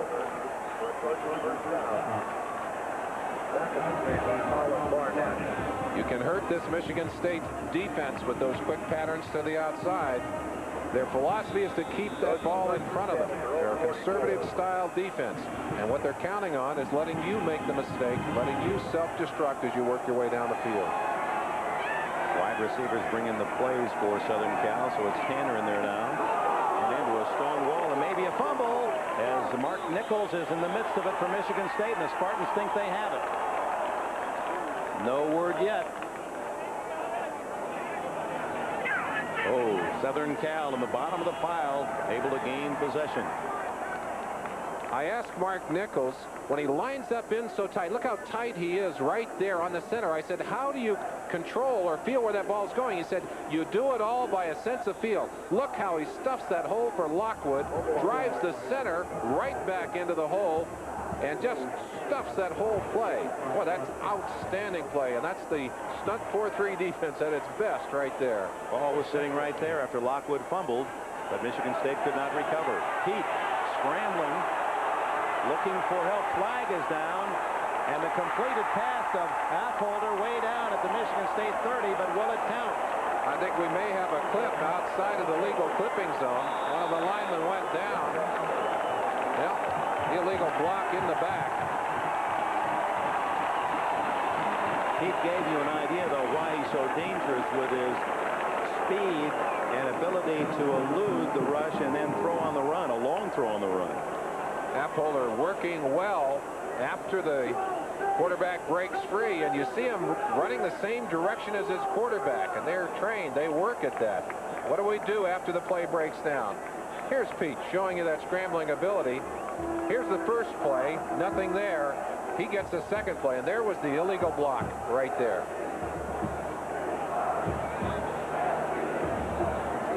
For Southern California, we have illegal use of the hands on the offense. Dave Cadigan, their All-America tackle, is out of the game. We have no report on the injury, and Mark Sager has replaced him, number 69, and that's a huge loss in more ways than just size for Southern Cal.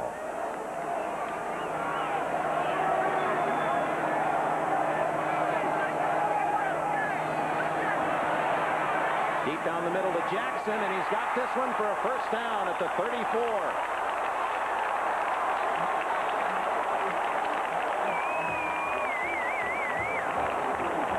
Jackson, whose father was a former USC assistant coach for 5 years under John Robinson. There's protection enough for Pete. Oh boy, that's threading the needle. 3 defenders perimetered around Jackson, but Pete brought it to the inside for the reception. In fact, he went to the same high school, Bishop Amat, that sent J.K. McKay, John McKay's son, to USC. Holt running into the green wall. A yard gain at best. Travis Davis and Tim Moore. Early in the ball game, SC was able to use the fullbacks on those quick hitters right up inside and try and split those stunts in the defense. Obvious adjustments by the green defense of Michigan State have made that much more difficult. Look in that huddle. Number 66 has returned. Dave Cadigan back in there at tackle for the Trojans, who trail 14-3, 9:42 left, third quarter. Pete under pressure, throwing deep for Henry. Touchdown!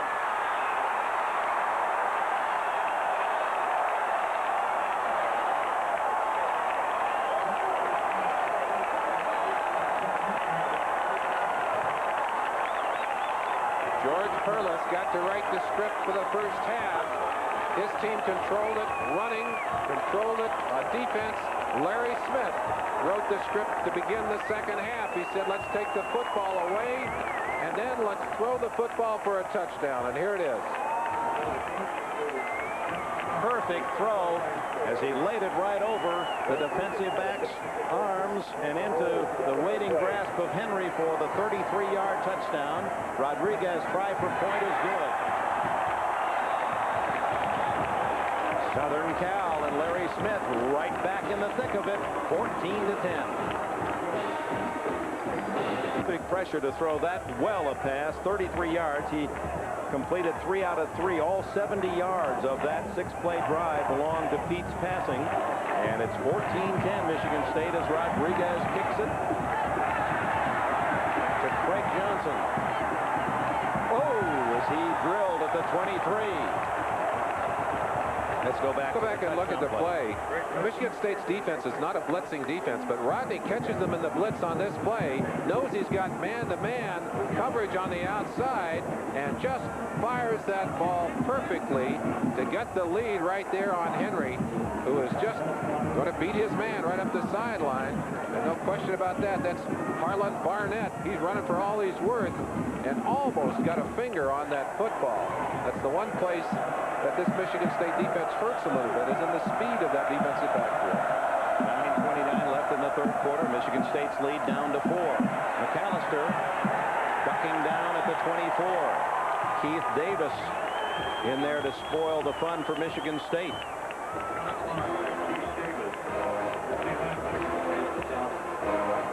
Dick, one of the things that SC's defense has done consistently during the day is leave Tony Mandarich uncovered. They would rather have him looking for a linebacker than sacrifice one of their down linemen to him. And so far it's been pretty effective. I think he's a little frustrated. He'd like somebody to work on and put those cleats up in the air, get a couple of decleaters. Blake Ezor, number 26, in a tailback. This is Ezor.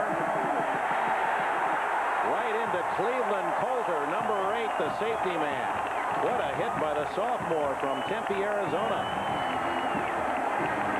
Blake Ezor carries the ball, stopped by Cleveland Coulter. On the first series, White won, and a 3-yard sack, and they're having trouble running this time. If we run this slowly, you'll see from the right-hand side, you'll just get a feeling. Just open it up and run it nice and slowly. There comes our big tackle right there, driving like a snowplow. He's got Mandarich is just pushing everything inside. McAllister throwing. Complete to Mike Sargent, his tight end, and he's out of bounds right at the sticks. Stokes and Poet with the tackle. It apparently is a yard short of a first down as Sargent has his first grab of the day. That'll bring on the punting team. And SC's defense, the first 2 series of this second half, it's been 3 and out. You can't ask your defense to do more than that unless they can maybe take the ball away. That wouldn't be so bad either.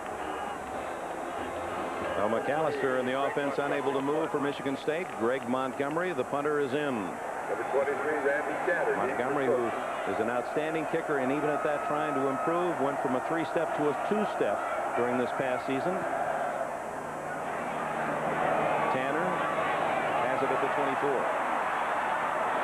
Hit immediately, and a good solid tackle by Sargent. Was downfield, or was that Percy Snow? It was Snow, number 48. A 44-yard kick.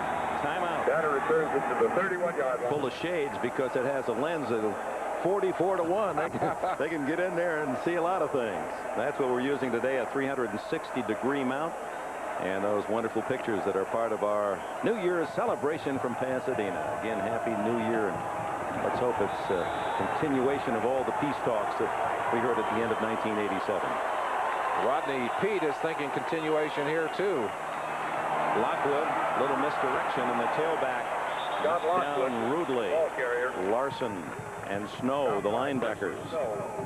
Freshman getting a chance to carry the ball. 2 carries so far in this second half. Had 0 opportunities in the first half. Michigan State has to get something going emotionally here. They've been flat so far here in the second half. They need to get a big play somehow defensively, get something going offensively, get themselves back pumping again in this second half. Affolter to the right, Tanner to the left. 2nd and 8. The sidelines to Affolter at the 40. It'll be very close to a first down. So far in this second half, Rodney Peete really seems to have settled down. Threw some bad passes in that first half. Overthrew some, seemed to hurry a few passes. Maybe getting that long bomb and that touchdown will loosen him back up.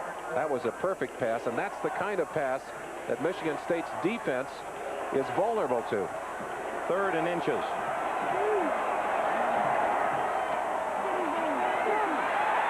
This is Holtz. First down at the 48 of the Spartans.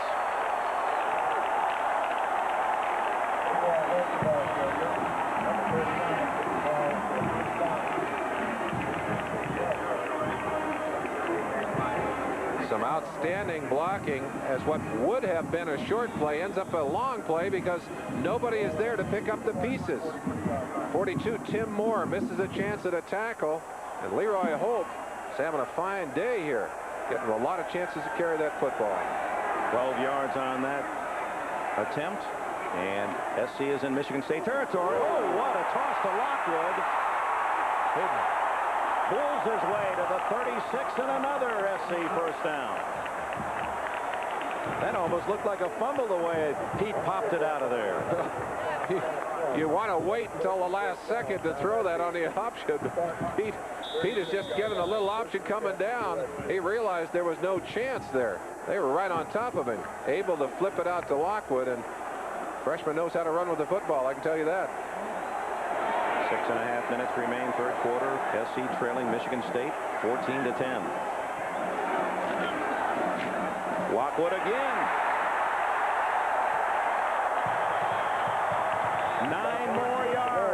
the best team against the rush in college football.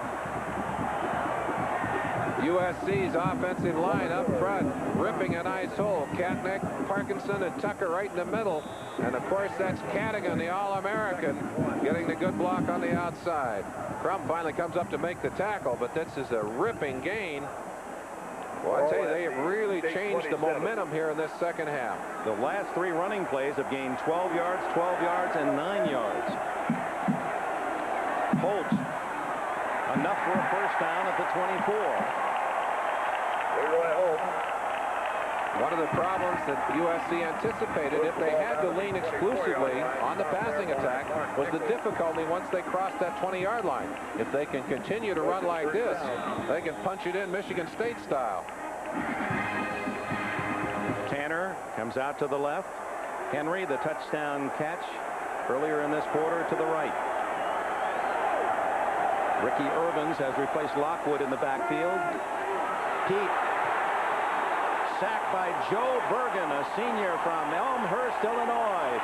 He started the first 7 games of the Spartan season, suffered a shoulder injury, has recouped, and what a throw for him, not only to be able to play today, to make a big play.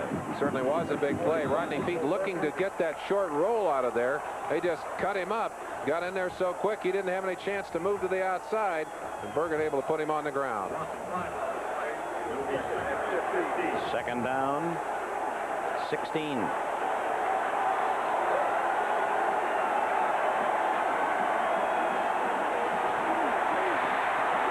Lots of running room. And Pete is to the 21-yard line. 22, let's call it. Tim Moore made the tackle after a gain of 8. So it'll still be third down and about 8 yards to go for Southern Cal. Let's see as they bring in the 3rd and 8 will be the call. Oh, is it just me, Merlin Olsen? But just in this drive, it appears that Southern California, the fresher team. Michigan State getting up a little more slowly on.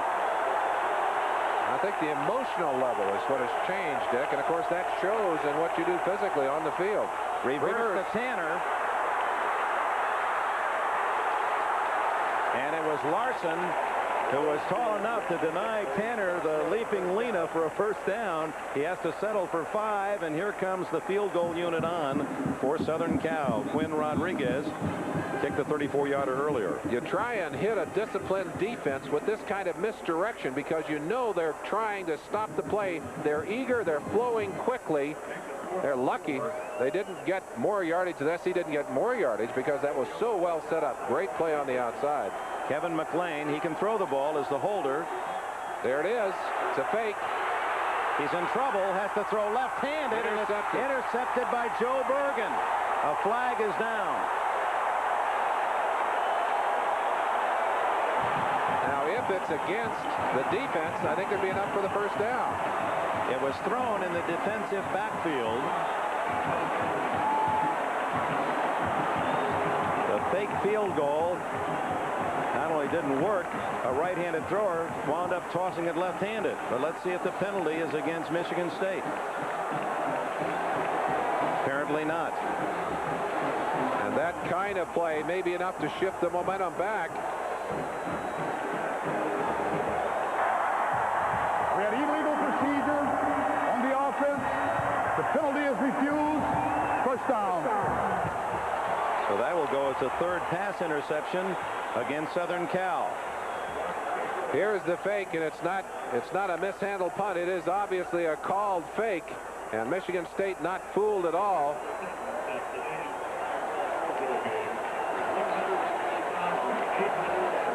Body English did not help on that one. Not what he had in mind.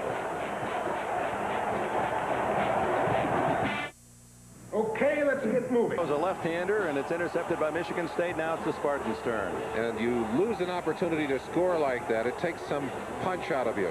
You also get a little bit of an injection of enthusiasm on the opposite sideline. And let's see what Michigan State's offense can do with that. They have not performed well in this second half. Right now, I'm sure they're thinking of reestablishing their running game and getting things going at the line of scrimmage. They just need to get physical in there. They haven't done it so far in this second half. You said one of your resolutions was going to be you're going to be more generous this year. Would you loan me about $300,000? I'll get it back to you next week, I promise. Well, McAllister going deep down the middle to Risen off his fingertips. So George Perlis trying to cross up Southern California's defense as he goes to a pass on first down. Knowing that they would find USC expecting the run, they took a chance. And that was a pass that could have been completed, not as well thrown as it should have been, a little bit high. But Risen capable of bringing that one down. A missed opportunity for Michigan State. White is the tailback. This is his call. Carrier and Calder, the two safeties. And others to stop Lorenzo White, who's right at that 100-yard rushing mark. 6 shy now, 94 on the game. A little misdirection on that play as the backs were stepping to the left to try and get those linebackers to flow, and then coming back against the grain on the right-hand side. Under 3 minutes remaining in the third quarter. Michigan State 14, Southern California 10. This is the 3rd down and 5.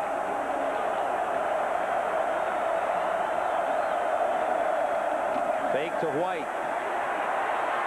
And McAllister has to eat it at the line of scrimmage. Dan Owens, number 90. Sophomores had a big game.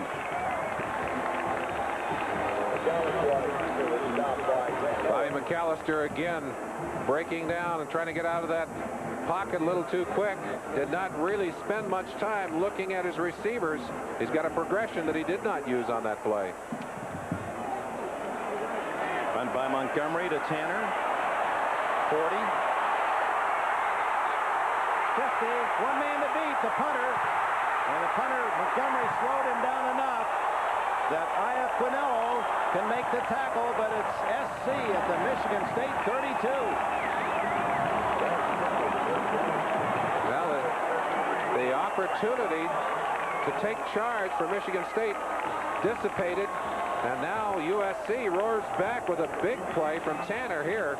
He cuts back against the grain, pulls out of a couple of tackle attempts to set SC in great field position. 41-yard return.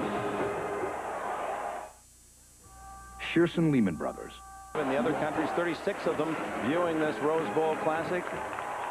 Dominican Republic, Finland, Viva Paiva, France, Germany, Italy, Luxembourg, Netherlands, Puerto Rico, Sweden, Venezuela, United Kingdom. I'm enjoying this great collegiate football game. Let's listen to how others are calling the action from Pasadena. Son de las Rosas, los troyanos de la Universidad del Sur de California. En la yarda 32, primero y 10. Buena marcha ofensiva. Rodney Peter, número 16, se sale de la posición de protección, corre lateralmente. Suelta riflazo, incompleto el pase. Pero suerte ahí para Rodney Peter. You can't fool me, Dick. That's you. That's you with an accent. You saw my lips moving. Well, let me try it in Japanese this time. All right, let's see how you do in Japanese. さあ今のがノーゲインでボールオンは32ヤード。セカンドダウンの攻撃。後半に入って完全にリズムを掴んでいます USC。その後はどういった攻撃を見せるのか。非常に後半に入ってパスとランのバランスが良くなってきました USC です。今度は I フォーメーションですからね。おそらく41番のですね、ロックウッド、これのランだ。どっちがパスインコンプリートです。パスは通りません。この攻撃は Well, I formation and incomplete are international terms. And we do know about those. And incomplete it was as Affolter went high in the air, got a hand on that football. Michigan State defensive back also had hands on that football. That was Barnett that almost came away with the interception. 3rd down. Big down. USC on its last possession down inside the 20 and gave it up on the fake field goal, and now 3rd and 10 after the punt return by Tanner. Pete down the middle. Affolter. Incomplete. Well covered by Todd Crum, and that was a battle of 2 outstanding athletes. What a great play by Crum, using his body to crowd the receiver. You'll see it. He's at the top of your screen, number 35. Picks the man right here. Watch him. Gets a little push there. Moves up high with the ball. Boy, I tell you, that's good football on both sides. You saw Affolter grabbing at the arms to keep Crum from intercepting on that pass. Rodriguez will try a 49-yard field goal. This is a bit out of his range. Longest this year was 42. Got plenty of leg, but it's wide to the right. So 2 visits into Michigan State territory for USC after they had scored a touchdown. They come away empty. It remains 14-10.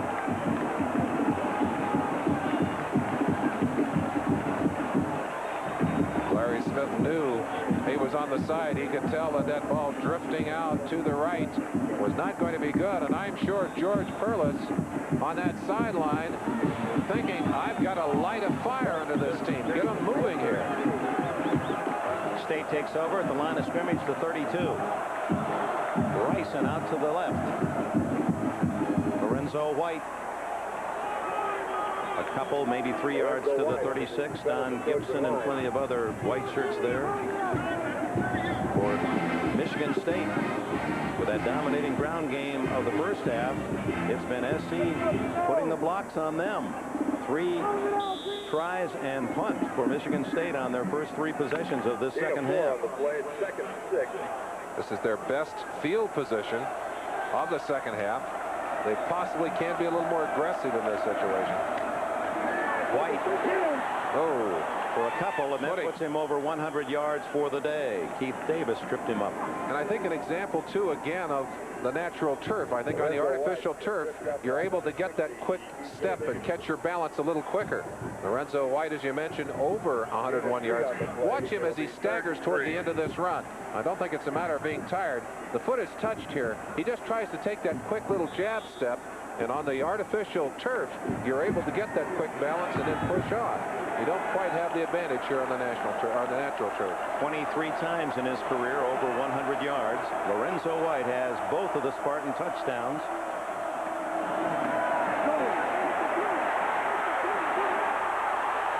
And he's got a first down. Holder finally gathered him at the 44. Number 99, Tim Ryan, was out there waiting for White. White just shifted gears and turned it inside and left Ryan holding air. Watch him. It looks like he is in a dangerous position here. Nowhere to go. There was a chance right there by 99 Ryan. Chance to do something with that football, and he picks up the first down of the second half for Michigan State. And it comes on the final play of the third quarter. After 3 of this Rose Bowl, Michigan State 14, Southern California 10. We'll be back after these messages from your local station. George Perlis asked his team, are you against me or for me? And so they said, I'm for you. There's 4 fingers. That 4 is significant. 4-point lead, and we're into the fourth quarter. And here's how the scoring developed in this Rose Bowl. Rodriguez with a 34-yard field goal for USC. Then Lorenzo White 5 yards around the left side. 7-3 into the first quarter. White again 3 yards untouched to make it 14-3 at the half.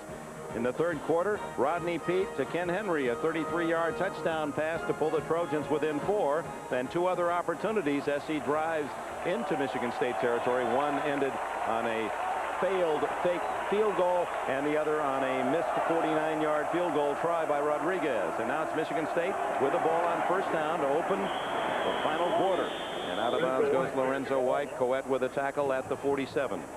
SC really owned the third quarter statistically, as Michigan State was not playing the kind of defense or offense that they had played early in the game. And the statistics will verify that they have really taken an edge in the yardage numbers. But unfortunately, those yardage, you look at that 100 yards rushing. Boy, that is a big jump from where they started earlier. But yardage doesn't get you points on the board. A team that allowed only some 61 yards rushing per game to the opposition. That is a significant total. 100 by Southern Cal as White pushed out of bounds by Bill Stokes and Mark Carrier shy of the 50. It'll be third and about 5. You saw Michigan State players holding up 4 fingers a few minutes ago, and one of the reasons I think they wanted to do that was to remember that they have dominated in the fourth quarter. 7 of 11 opponents have been held scoreless this year in the fourth quarter. And I'm sure right now they're thinking about maybe getting some points and then turning that defense loose. But they've got to get something moving here on this critical third down. Joe Pugh with White. Wide open is Willie Boyer. All the way to the SC 22. And I believe he was a secondary receiver. He was looking for Lorenzo White in the left flat, but White had fallen down or was knocked down, so he went to Boyer. USC committing 8 people to the line, even on this running situation. A one-on-one situation for Boyer on the outside. And he's taking advantage of it right there. That's Dwayne Garner who finally takes him out of bounds, but a big first down now at the 23-yard line. 29 yards on the play to Boyer, his first catch.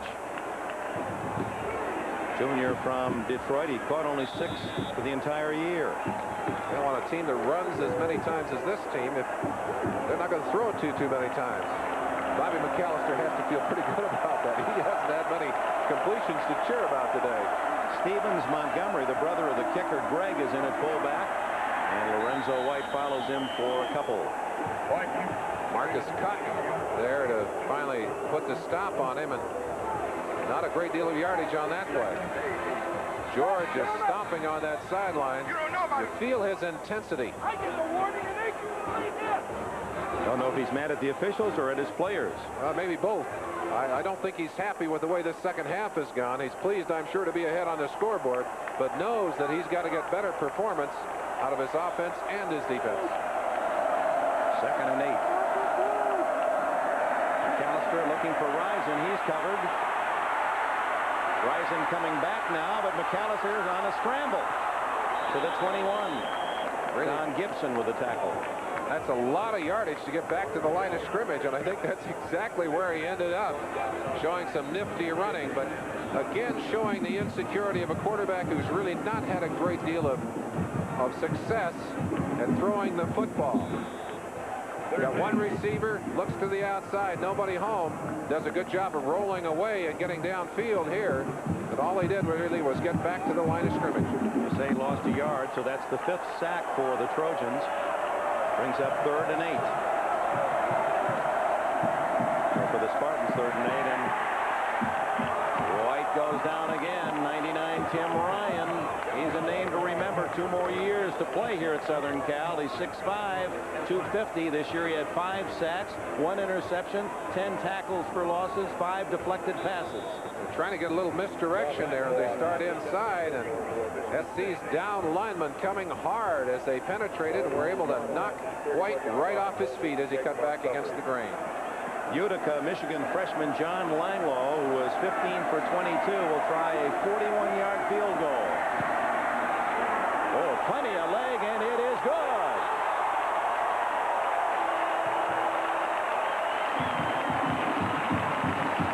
Officially 40 yards, and Michigan State builds its lead to 17-10.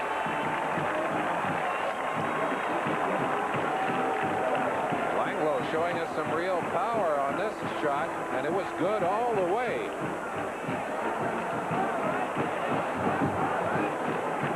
Had plenty on it by freshman John Langlow. Gives Michigan State a 17-10 lead with 12.5 minutes remaining, and Langlow kicks it off. It chases Irvins into the end zone, and the ball through the end zone.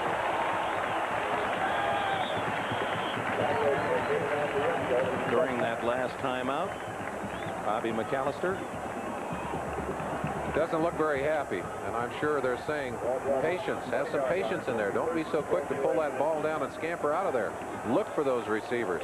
When you're committing as many people as defensively as SC is to the line of scrimmage, you're going to have good one-on-one matchups downfield.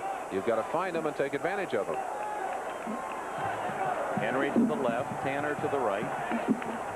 Holt and Lockwood in the eye behind Pete.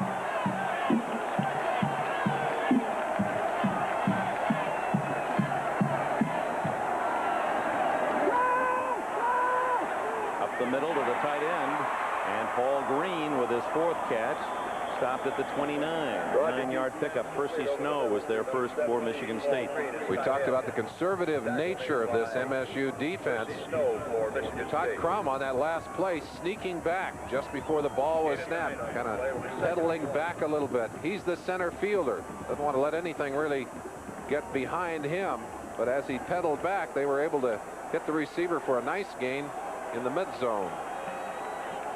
That's the 5th catch for Green. That's a first down for Lockwood, and boy, he was streaking to the 38-yard line. McAllister has completed 3 passes all afternoon for Michigan State, and Green has 5 for SC. Just as Michigan State, as you pointed out, Merlin Olsen, tough defensively in the 4th quarter, SC has been outstanding offensively. On that last play, USC did what they'd hoped to do earlier in the game. They split one of the stunts on this Michigan defense to get that yardage. First down at the 38. Heat to Tanner. Michigan State 47, first down. Talk about getting a pass off under pressure. Mark Nichols, number 83, all over Rodney Peete. Watch him right here, just blows by the guard, and he's on Peete in a fraction of a second. But Tanner was open, and Peete got the football to him. Tanner from Belinda, California, went to Bishop Amat High School.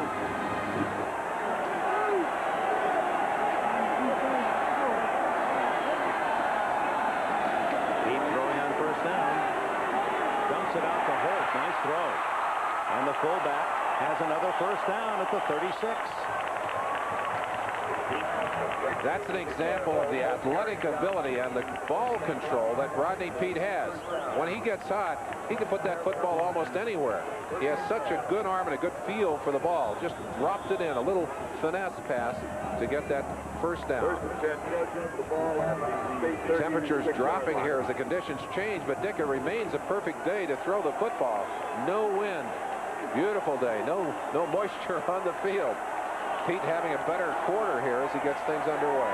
He's now completed 16 passes to match the number on his uniform, but calls timeout here. Just under 11 minutes remaining in the Rose Bowl. Michigan State by a touchdown.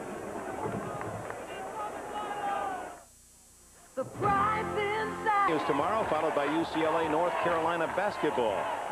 Trojans dominating in the second half, but they've only outscored Michigan State 7-3. You don't want to take a nap in that locker room at halftime. First down, Southern Cal. Ricky Irvins. And Harlan Barnett coming up to support from a corner. Percy Snow and another tackle for Michigan State. John Buddy was there also, no gain. Dick, an interesting note, and perhaps it shows that we have come quite a ways. We've not talked about the fact that starting in this game are 2 black quarterbacks. It wasn't too many years ago. You just didn't see many black quarterbacks in major college football. Now there are 16, and some of them are the most dominant. Don McPherson at Syracuse, and Steve Taylor, Nebraska. Jamel Holloway down at Oklahoma, who's injured, but great players all. Lockwood, who really can charge off the blocks, is to the 30. A gain of 5, maybe 6. It'll be 3rd and 5. Lockwood now with 42 yards rushing. And a big third down with 10 minutes left in the game. Percy Snow has another tackle for Michigan State. Percy Snow will tell you, though, if he doesn't lead the team in tackles, he's not playing well. This defense designed to keep him free.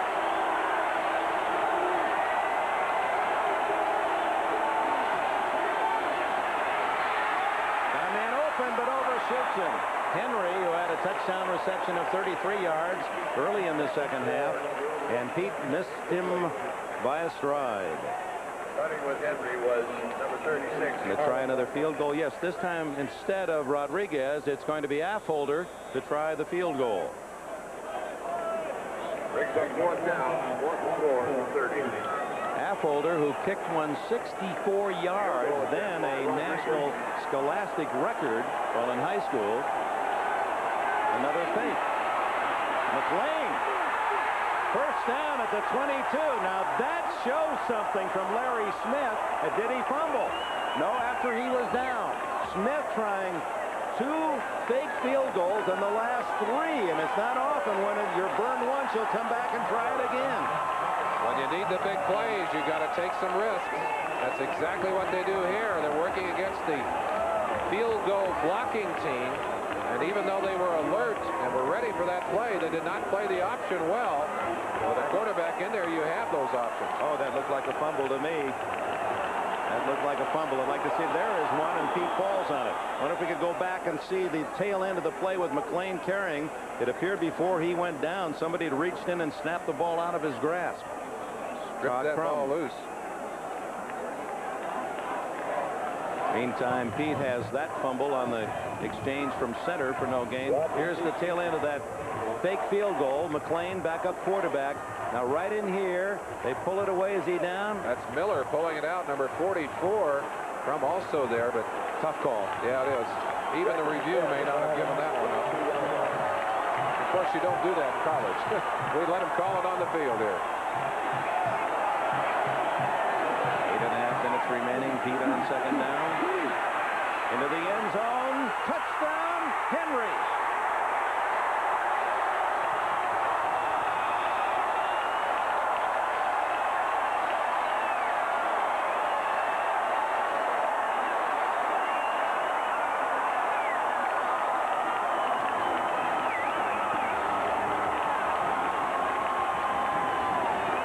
Look at the feet. That last blue stripe where it turns to white. Does he get those toes down? Official right on the spot has a clear view of it, and he just got the toe down. Bereshnikov would have been proud of that catch. He only needs one toe down. A man, Ken Henry, who caught only one touchdown pass all year. The senior has 2 today. Rodriguez adds the extra point, and it's a 17-all tie. Let's take another look. From the end zone, you've got a feeling for it here. Can't really tell there. Hard to tell with that one. Well, he just, if so, he just barely got that foot in bounds. Boy, if he'd polished his shoes, that would have been no touchdown. A whole new meeting. That's what Gene Autry used to do, right off into the sunset, the Golden West. It's almost like a pyramid, those 3 spots of light. With your blimp bring us those good pictures. What an incredibly clear and beautiful day here in Southern California. Believe us, folks, it isn't always this way out here. That's right. Think about that. And occasionally we get an earthquake out here, too. We ought to throw that in before you pack the car and head this way. 80 yards and 10 plays for Southern California to tie it. And out of bounds, 5-yard penalty. Dick, we've talked a lot about SC tradition, running backs, the Rose Bowl, a horse, and black shoes. How many major college teams do you still see around the league, around the country, wearing black shoes? And no socks either. They've never worn the pull-up socks that have become so much a part of so many other uniforms.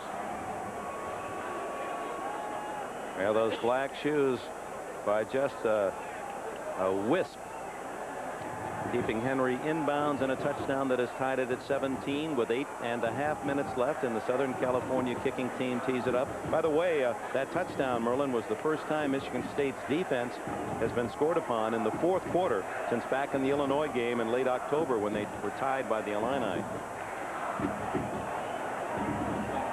Difficult to get yourself started again when you seem to have ground down to a stop, and that's what Michigan State appears to have done at halftime. Skids it down. Craig Johnson. Chased down by Dwayne Garner, number 9, and a flag goes down. There's going to be a face mask call. Garner apparently reached in and got a hold of the mask, and that may be a 15-yard call, as it appeared that he used the mask to bring him to the ground. There's the, well, give the officials a chance.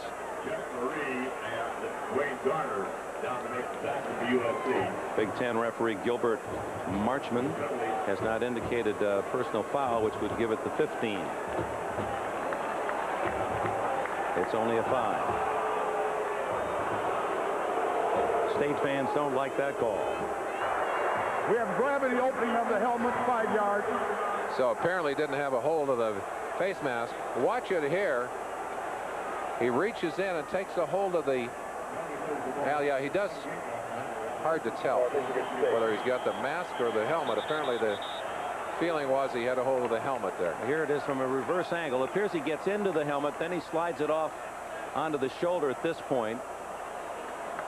Although it looked and it did to us up here in the press box, as it must have to most of the Michigan State fans, that he really tore him down by the helmet. That was not the case. Well, they're telling the Michigan State players and coaches they've got to move back behind the limits on the sideline. There's the, well, it sure looks like a face mask to me. Might be right. You know, it's tough from that angle, and maybe he got from the mask down inside that shoulder pad, right up in the neck there. I mean, that's Dick.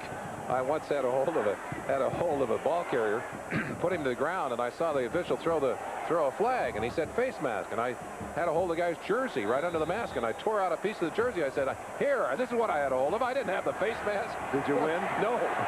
He said, too bad. Now Michigan State leading most of this game has been tied by Southern Cal, and McAllister throws on first down, still on his feet, but then can't find a wide open Lorenzo White. Bill Stokes was the man that pressured McAllister. McAllister's inexperience, although he was able to get away from the rush, he just had too much blood pumping through that system, overthrew the wide open receiver. Well, the 3 completions have been for big yardage. One of them a 55-yard play to Risen that set up Michigan State's second touchdown. Well, you've got 9 men committed to the line of scrimmage here. White. Well, they've really stuffed the run in the second half, Southern Cal. Tim Ryan made that play. Dick, basically what they have said to Michigan State is, we're not going to let you beat us running the football. You're going to have to throw the football.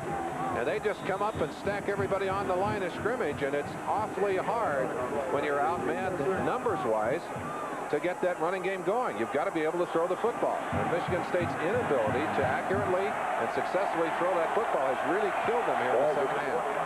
By going through the last 15 years, you could say that so often in these contests. McAllister throwing to Risen and caught at the 35 of USC. SC players looking at the sideline and saying he was out of bounds, but I believe they're going to give the reception to Risen. I said earlier, this is a man that on the right team would be an All-American right now. Watch the feet. Is he in bounds? Well, he's in bounds until he touches out. That's right. That's the old jump pass. You bet. And he threw a strike. Well, what a nice throw here. We've criticized him for the bad plays out of the passing game. Let's give him his due. He's had some big plays here, and this may be one of the biggest, if not the biggest of the day. A great athletic effort by Bobby McAllister, jumping out of bounds and firing to Rison. Here's Blake Ezor. And the sophomore has 2 yards before Scott Ross makes the hit. We talked about Lorenzo White's cutback ability. Ezor, a change-of-pace runner. He is really a sprinter, and he'll get to the outside, slashing, try and get outside and get some yardage for you. Rison can say, well, I didn't get an awful lot of them, but how'd you like the average? 45-yard average on his 2 catches today. Not bad. 17 all, under 7 minutes left in this 4th quarter.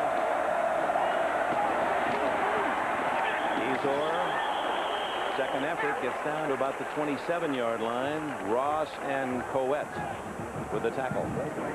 Watch the quick acceleration of Ezor. Dick, you talked about his coming to Michigan State because of a friendship with his father. His father, Bernie, as you watch him use, I think he didn't ever go to the ground. They called him down, but I don't think he was there. His father, Bernie, said to George, I'm going to send my son out there, but you make sure he gets an education. And that was his first commitment, his first priority. Highly recruited, perhaps the most highly recruited Nevadan football player since passer David Hum, also a native of Las Vegas. Timeout, 6 minutes and 16 seconds left. lights have been on here at the Rose Bowl. They weren't always that powerful back in 1963, 25 years ago. That great game between Wisconsin and Southern Cal, eventually won by the Trojans, 43-38. Ron Vanderkelt, in defeat, becomes the memorable star in that game. In the dusk. 3rd down and 5. An audible call to Ezor for a first down. Keith Davis made the tackle for Southern California.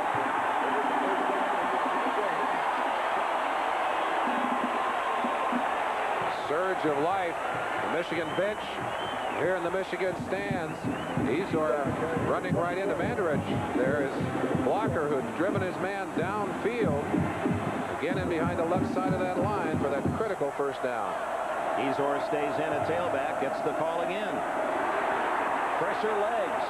Holder from the secondary to make the tackle after another good gain, about 5 or 6. Well, we mentioned it. You don't want to take a nap in that locker room, and this Spartan team slept through a good part of this second half. Suddenly appear to be waking up. And with 5:33 and ticking down, the score tied at 17-all. There are some nervous stomachs on the USC sideline right now. George Perlis has gone to a more straight-ahead runner in Ezor, but he doesn't get much on that time. As 64, Scott Ross, just a freshman again, makes another tackle. Tough call now for George Perlis. I'll say it again, Dick. It's difficult to run that football when the defensive team is stacking everybody in there. I mean, they've got everybody, but the safety's right up at the line of scrimmage.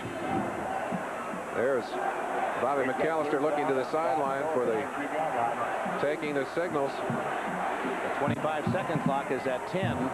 Morris Watts, offensive coordinator, getting that play out to him, sending him down through the signal system. 3rd and 5. Ezor stacked up, no gain. Dan Owens led the charge, number 90. 92, Don Gibson there as well. He's a freshman. Owens a sophomore. Here comes the field goal team on. We have an SC player down on the ground as you watch the replay, running right into the teeth of that defense, slashing up into the middle, but not really going anywhere. The one position at which Southern California is thinnest is defensive line. And that play involved 2 men, Gibson and Owens, and we can't as yet see a number. Would appear that it possibly is Don Gibson, the nose guard. Dick, while we have a second here, one of the things that really impresses me, we've talked about the academics today. These two coaches, both Larry Smith and George Perlis, very committed to the academic growth of their players, and that's a high priority for them. When Larry Smith first came over from Arizona, the first 3 awards he established were academic awards. A top 10 award, an honorable mention award, and a most improved award academically.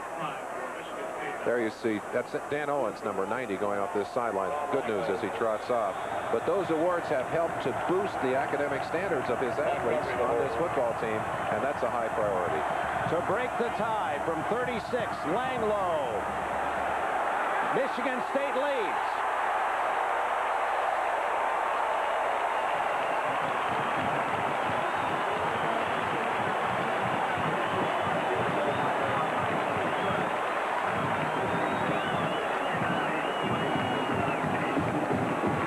Between number 1 and number 2, and here at the Rose Bowl, number 1 has been the Pac-10 all but one of the last 13 games. Michigan State trying to end the drought for the Big Ten Conference, has a 20-17 lead on freshman Langloh's 36-yard field goal. And here's his kickoff to another freshman, Irvins, at the 5. Gets only to the 20. Southern California trailing by 3 will start 80 yards away with 4:09 left. Donaldson made the tackle for the Spartans. Let's go back to the successful field goal and the emotion surrounding it.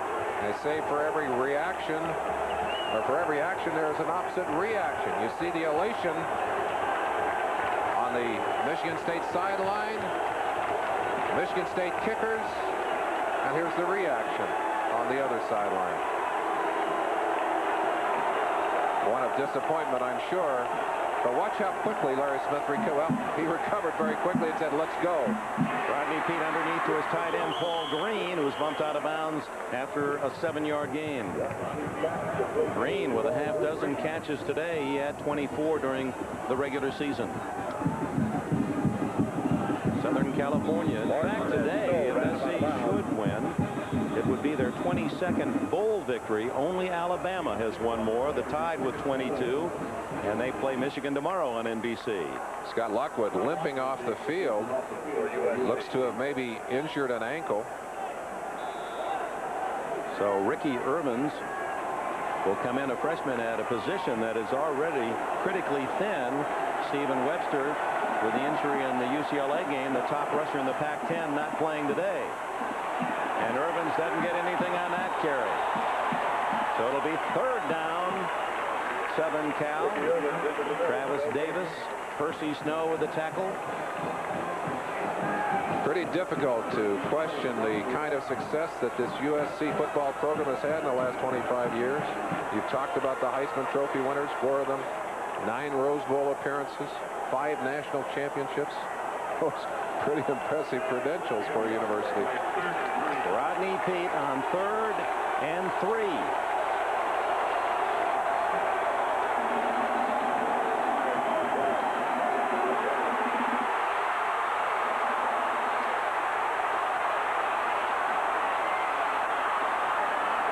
Gets the 1st down to the 35. Oh, my.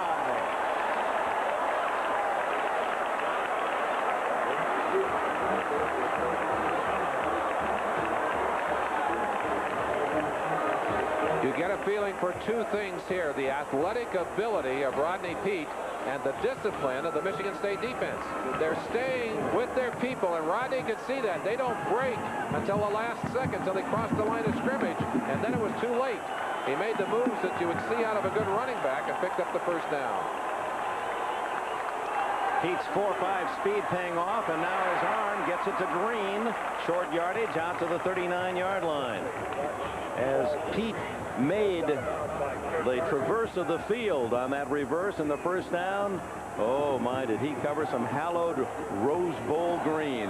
All the things that have happened and all the territory that he covered in one scramble. I'm sure our good friend Leigh Leishman, who's watching this broadcast from home and who's had such a powerful positive force on this Rose Bowl, would appreciate me telling you that that is natural turf down there. That's not painted green. That's right. That is real green.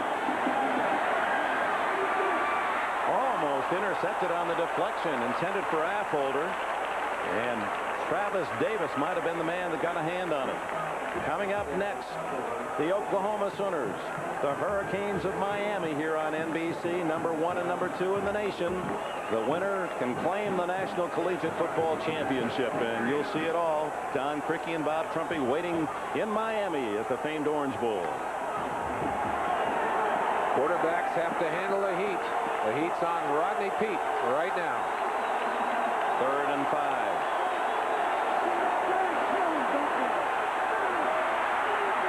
Scrambling again, and he's got some running room. To the Michigan State 37-yard line.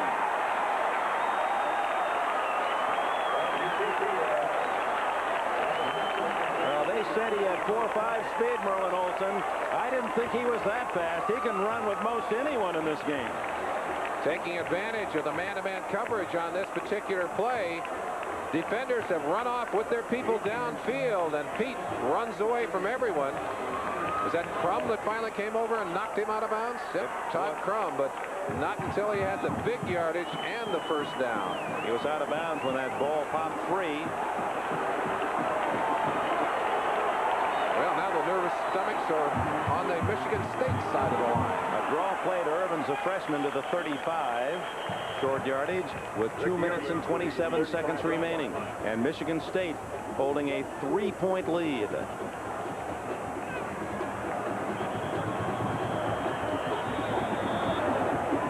Warren Burgess Well, we came here this afternoon expecting one of the most contentious of all bowl games this year. Both teams so well matched. George Perlis still in a fighting mood. I tell you, I think he can sense the fact that there's been an emotional drop. This Michigan State team that seemed so fired up and so dominant in that first half has really kind of been hanging on by their fingernails here in the second half. They have managed to get a couple of field goals and certainly are ahead on the scoreboard. But Southern Cal has done a lot more productive operating on offense than they have in the second half. We got to do it. Well, he's not happy at all. Some of his predecessors, Woody Hayes, Bo Schembechler, would be proud of his sideline warfare. It appeared that Bergen was offside, number 45.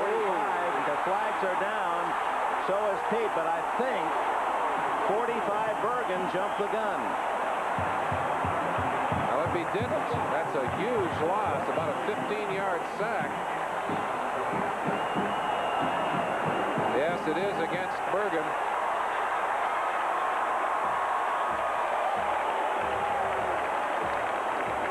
Anticipating the count. And that'll be a disappointment for the senior who felt he had made a big play. Well, he had. Just unfortunately doesn't count when you make it that way.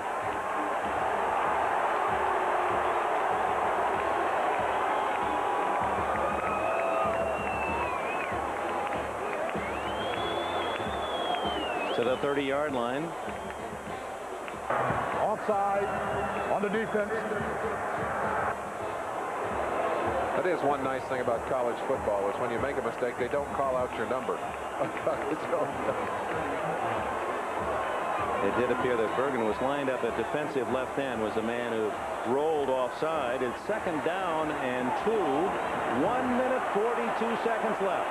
An opportunity perhaps for Rodney Peete to take a shot deep here. Nope, they fumbled the ball. Who's got it? Michigan State.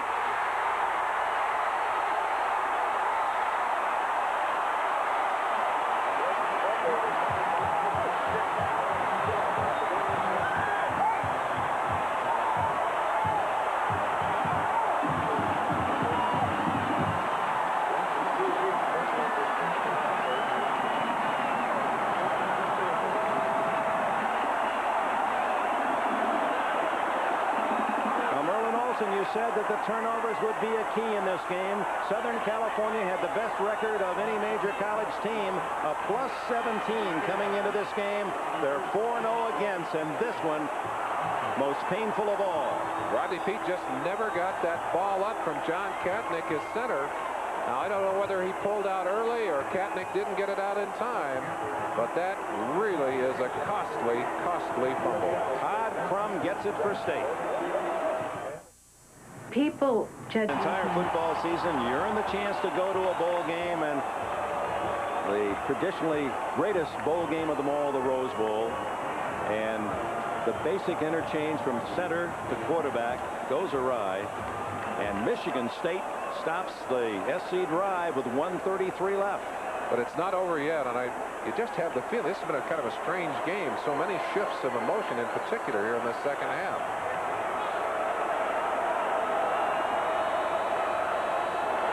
Two timeouts, all that remain for Southern Cal as they try to tackle the ball. It's Blake Ezor on the carry, and timeout quickly by Southern Cal. They have one left, 1:26 remaining. Certainly want to thank Harry Coyle, our director, the venerable dean of television sports directors, his 28th Rose Bowl game. Larry Cirillo, our game producer, and all the men and women who, on their holiday, New Year's Day, have provided such wonderful pictures and sounds.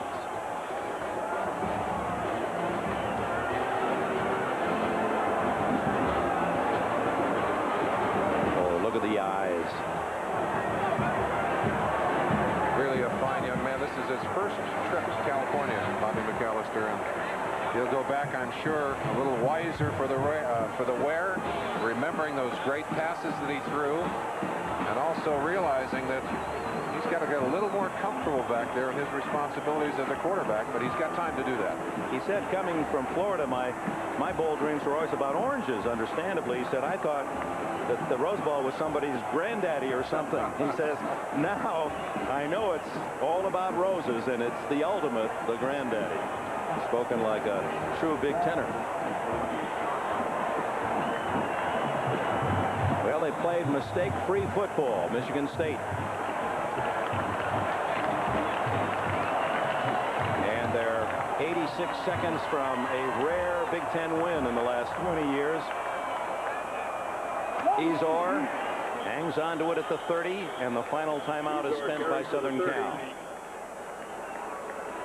1 minute, 20 seconds left. Now let's just try to think through this, Merlin Olsen. One more play, running play for Michigan State will consume, let's say, 10 seconds. They're allowed another 25 between plays. That's 35. Throw in another 10 just in marking the ball, in all 45. And then a punt. So Southern Cal might get the ball for a desperation pass or two if they stop Michigan State from gaining a first down. Of course, without the timeouts, you really are limited in what you can do.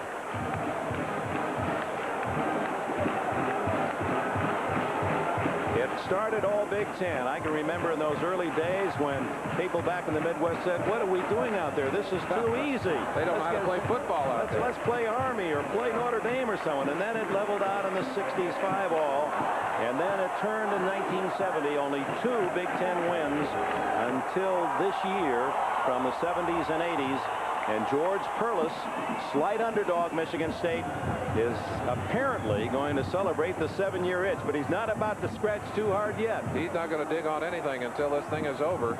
You still have the potential of a turnover, and I'm sure that Southern Cal's defense is going to be stripping at that football. No question about it.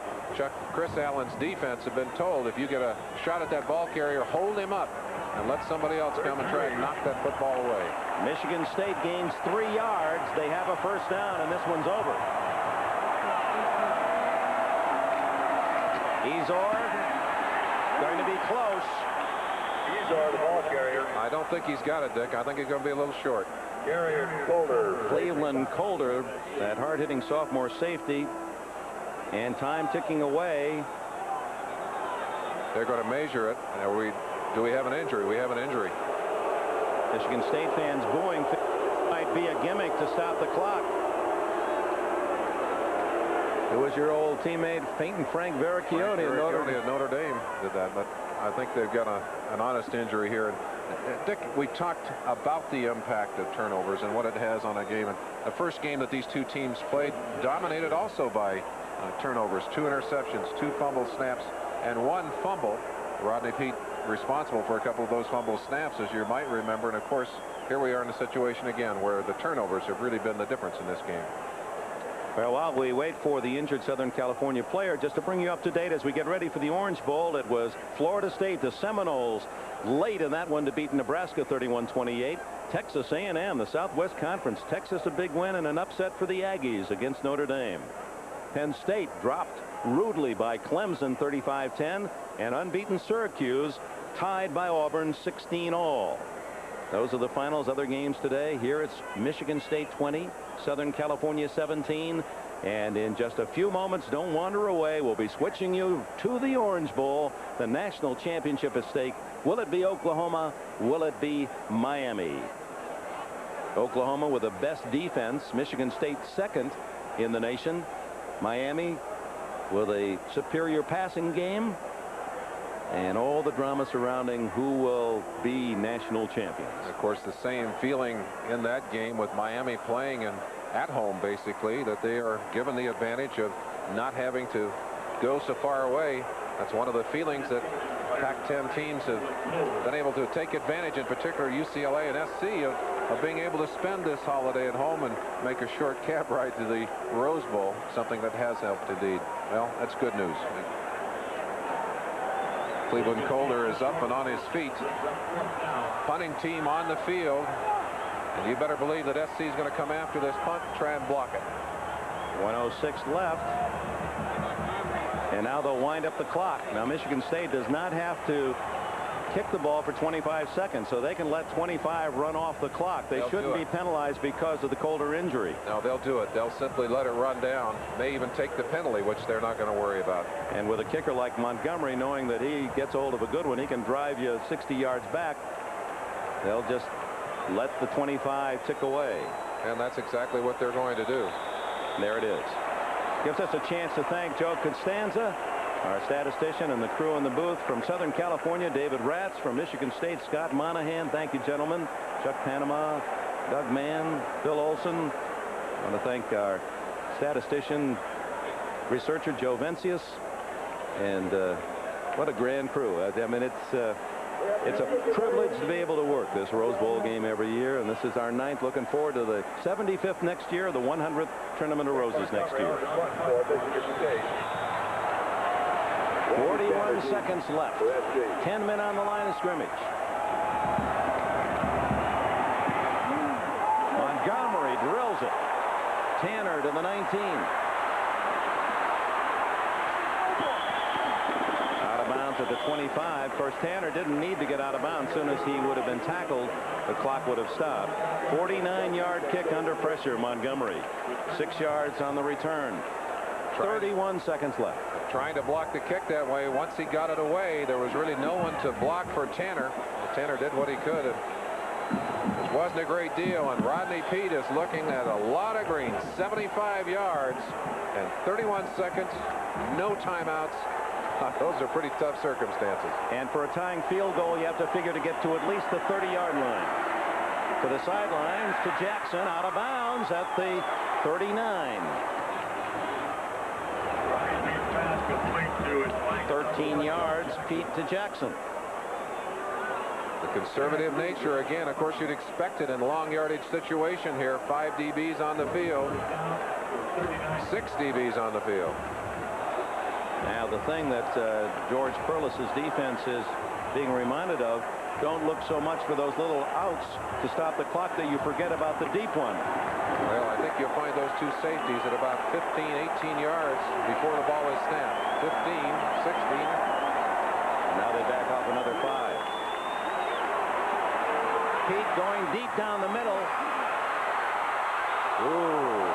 Harris and Crum, the 2 safeties, were in position for an interception, but almost knocked it away and into the arms of Affolter. Miller was the man who got it. And Crum was there as well.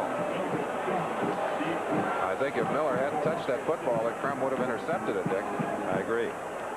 But those are the 2 safeties we talked about, and they're using their heads. They're not going to let a receiver in behind them. Perlis feeling a little more confident at this point. That's Chuck Stobart, the offensive coordinator that Larry Smith stopped to talk to there.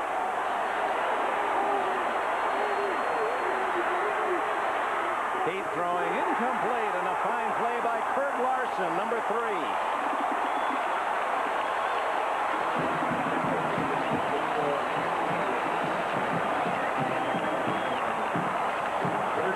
Larson had a complete knee reconstruction last year. Fought awfully hard to get back into this game and has made some big plays today. Boy, there's some discouragement as you can look into the huddle. One of the brightest countenances of any of the athletes I've ever met, Rodney Peete. He's not going to be very happy at the outcome of this game. 2 interceptions and the fumbled snap, which now looms as the biggest play. Way up in the air for grabs. Michigan State has it, and they now can genuinely celebrate. The Big Ten has come to Pasadena and will go home a winner.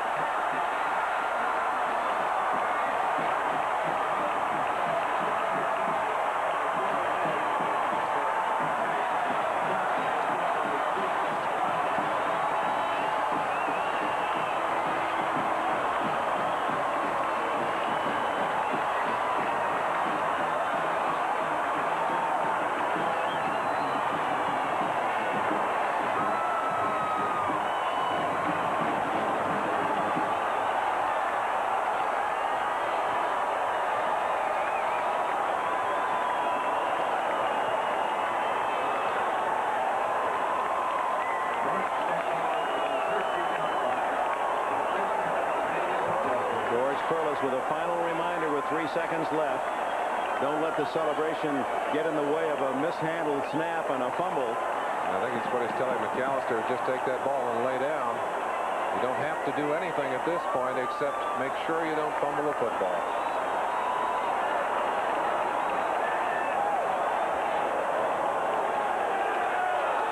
Flags go down.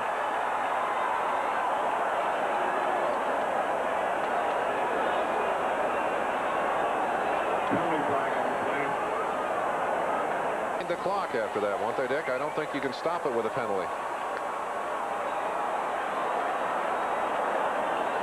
They'll mark it off, wind the clock, and then George Perlis can scratch. Well, George knew he had the itch. He had the itch to win, as have all these Big Ten teams. With 3 seconds. They'll reset it, and I think they'll... As is this Michigan State team. Both clubs lose very few through graduation. They'll go into the next Big Ten and Pac-10 seasons as the early favorites. They'll both be very strong again. We have 3 seconds remaining in the ball game. And a dead ball foul, encroachment, first down. And Percy Snow, the middle linebacker, the sophomore from Michigan State, appropriate with 17 tackles. There's a man with the name of Snow from the Midwest. No one thought him out. Michigan State 20, Southern California 17.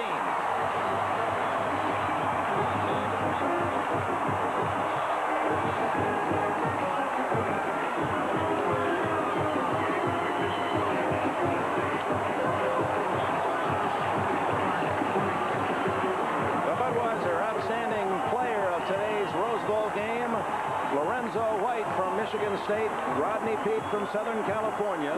Budweiser will donate a total of $2,000 to the General Scholarship Funds of Michigan State and USC.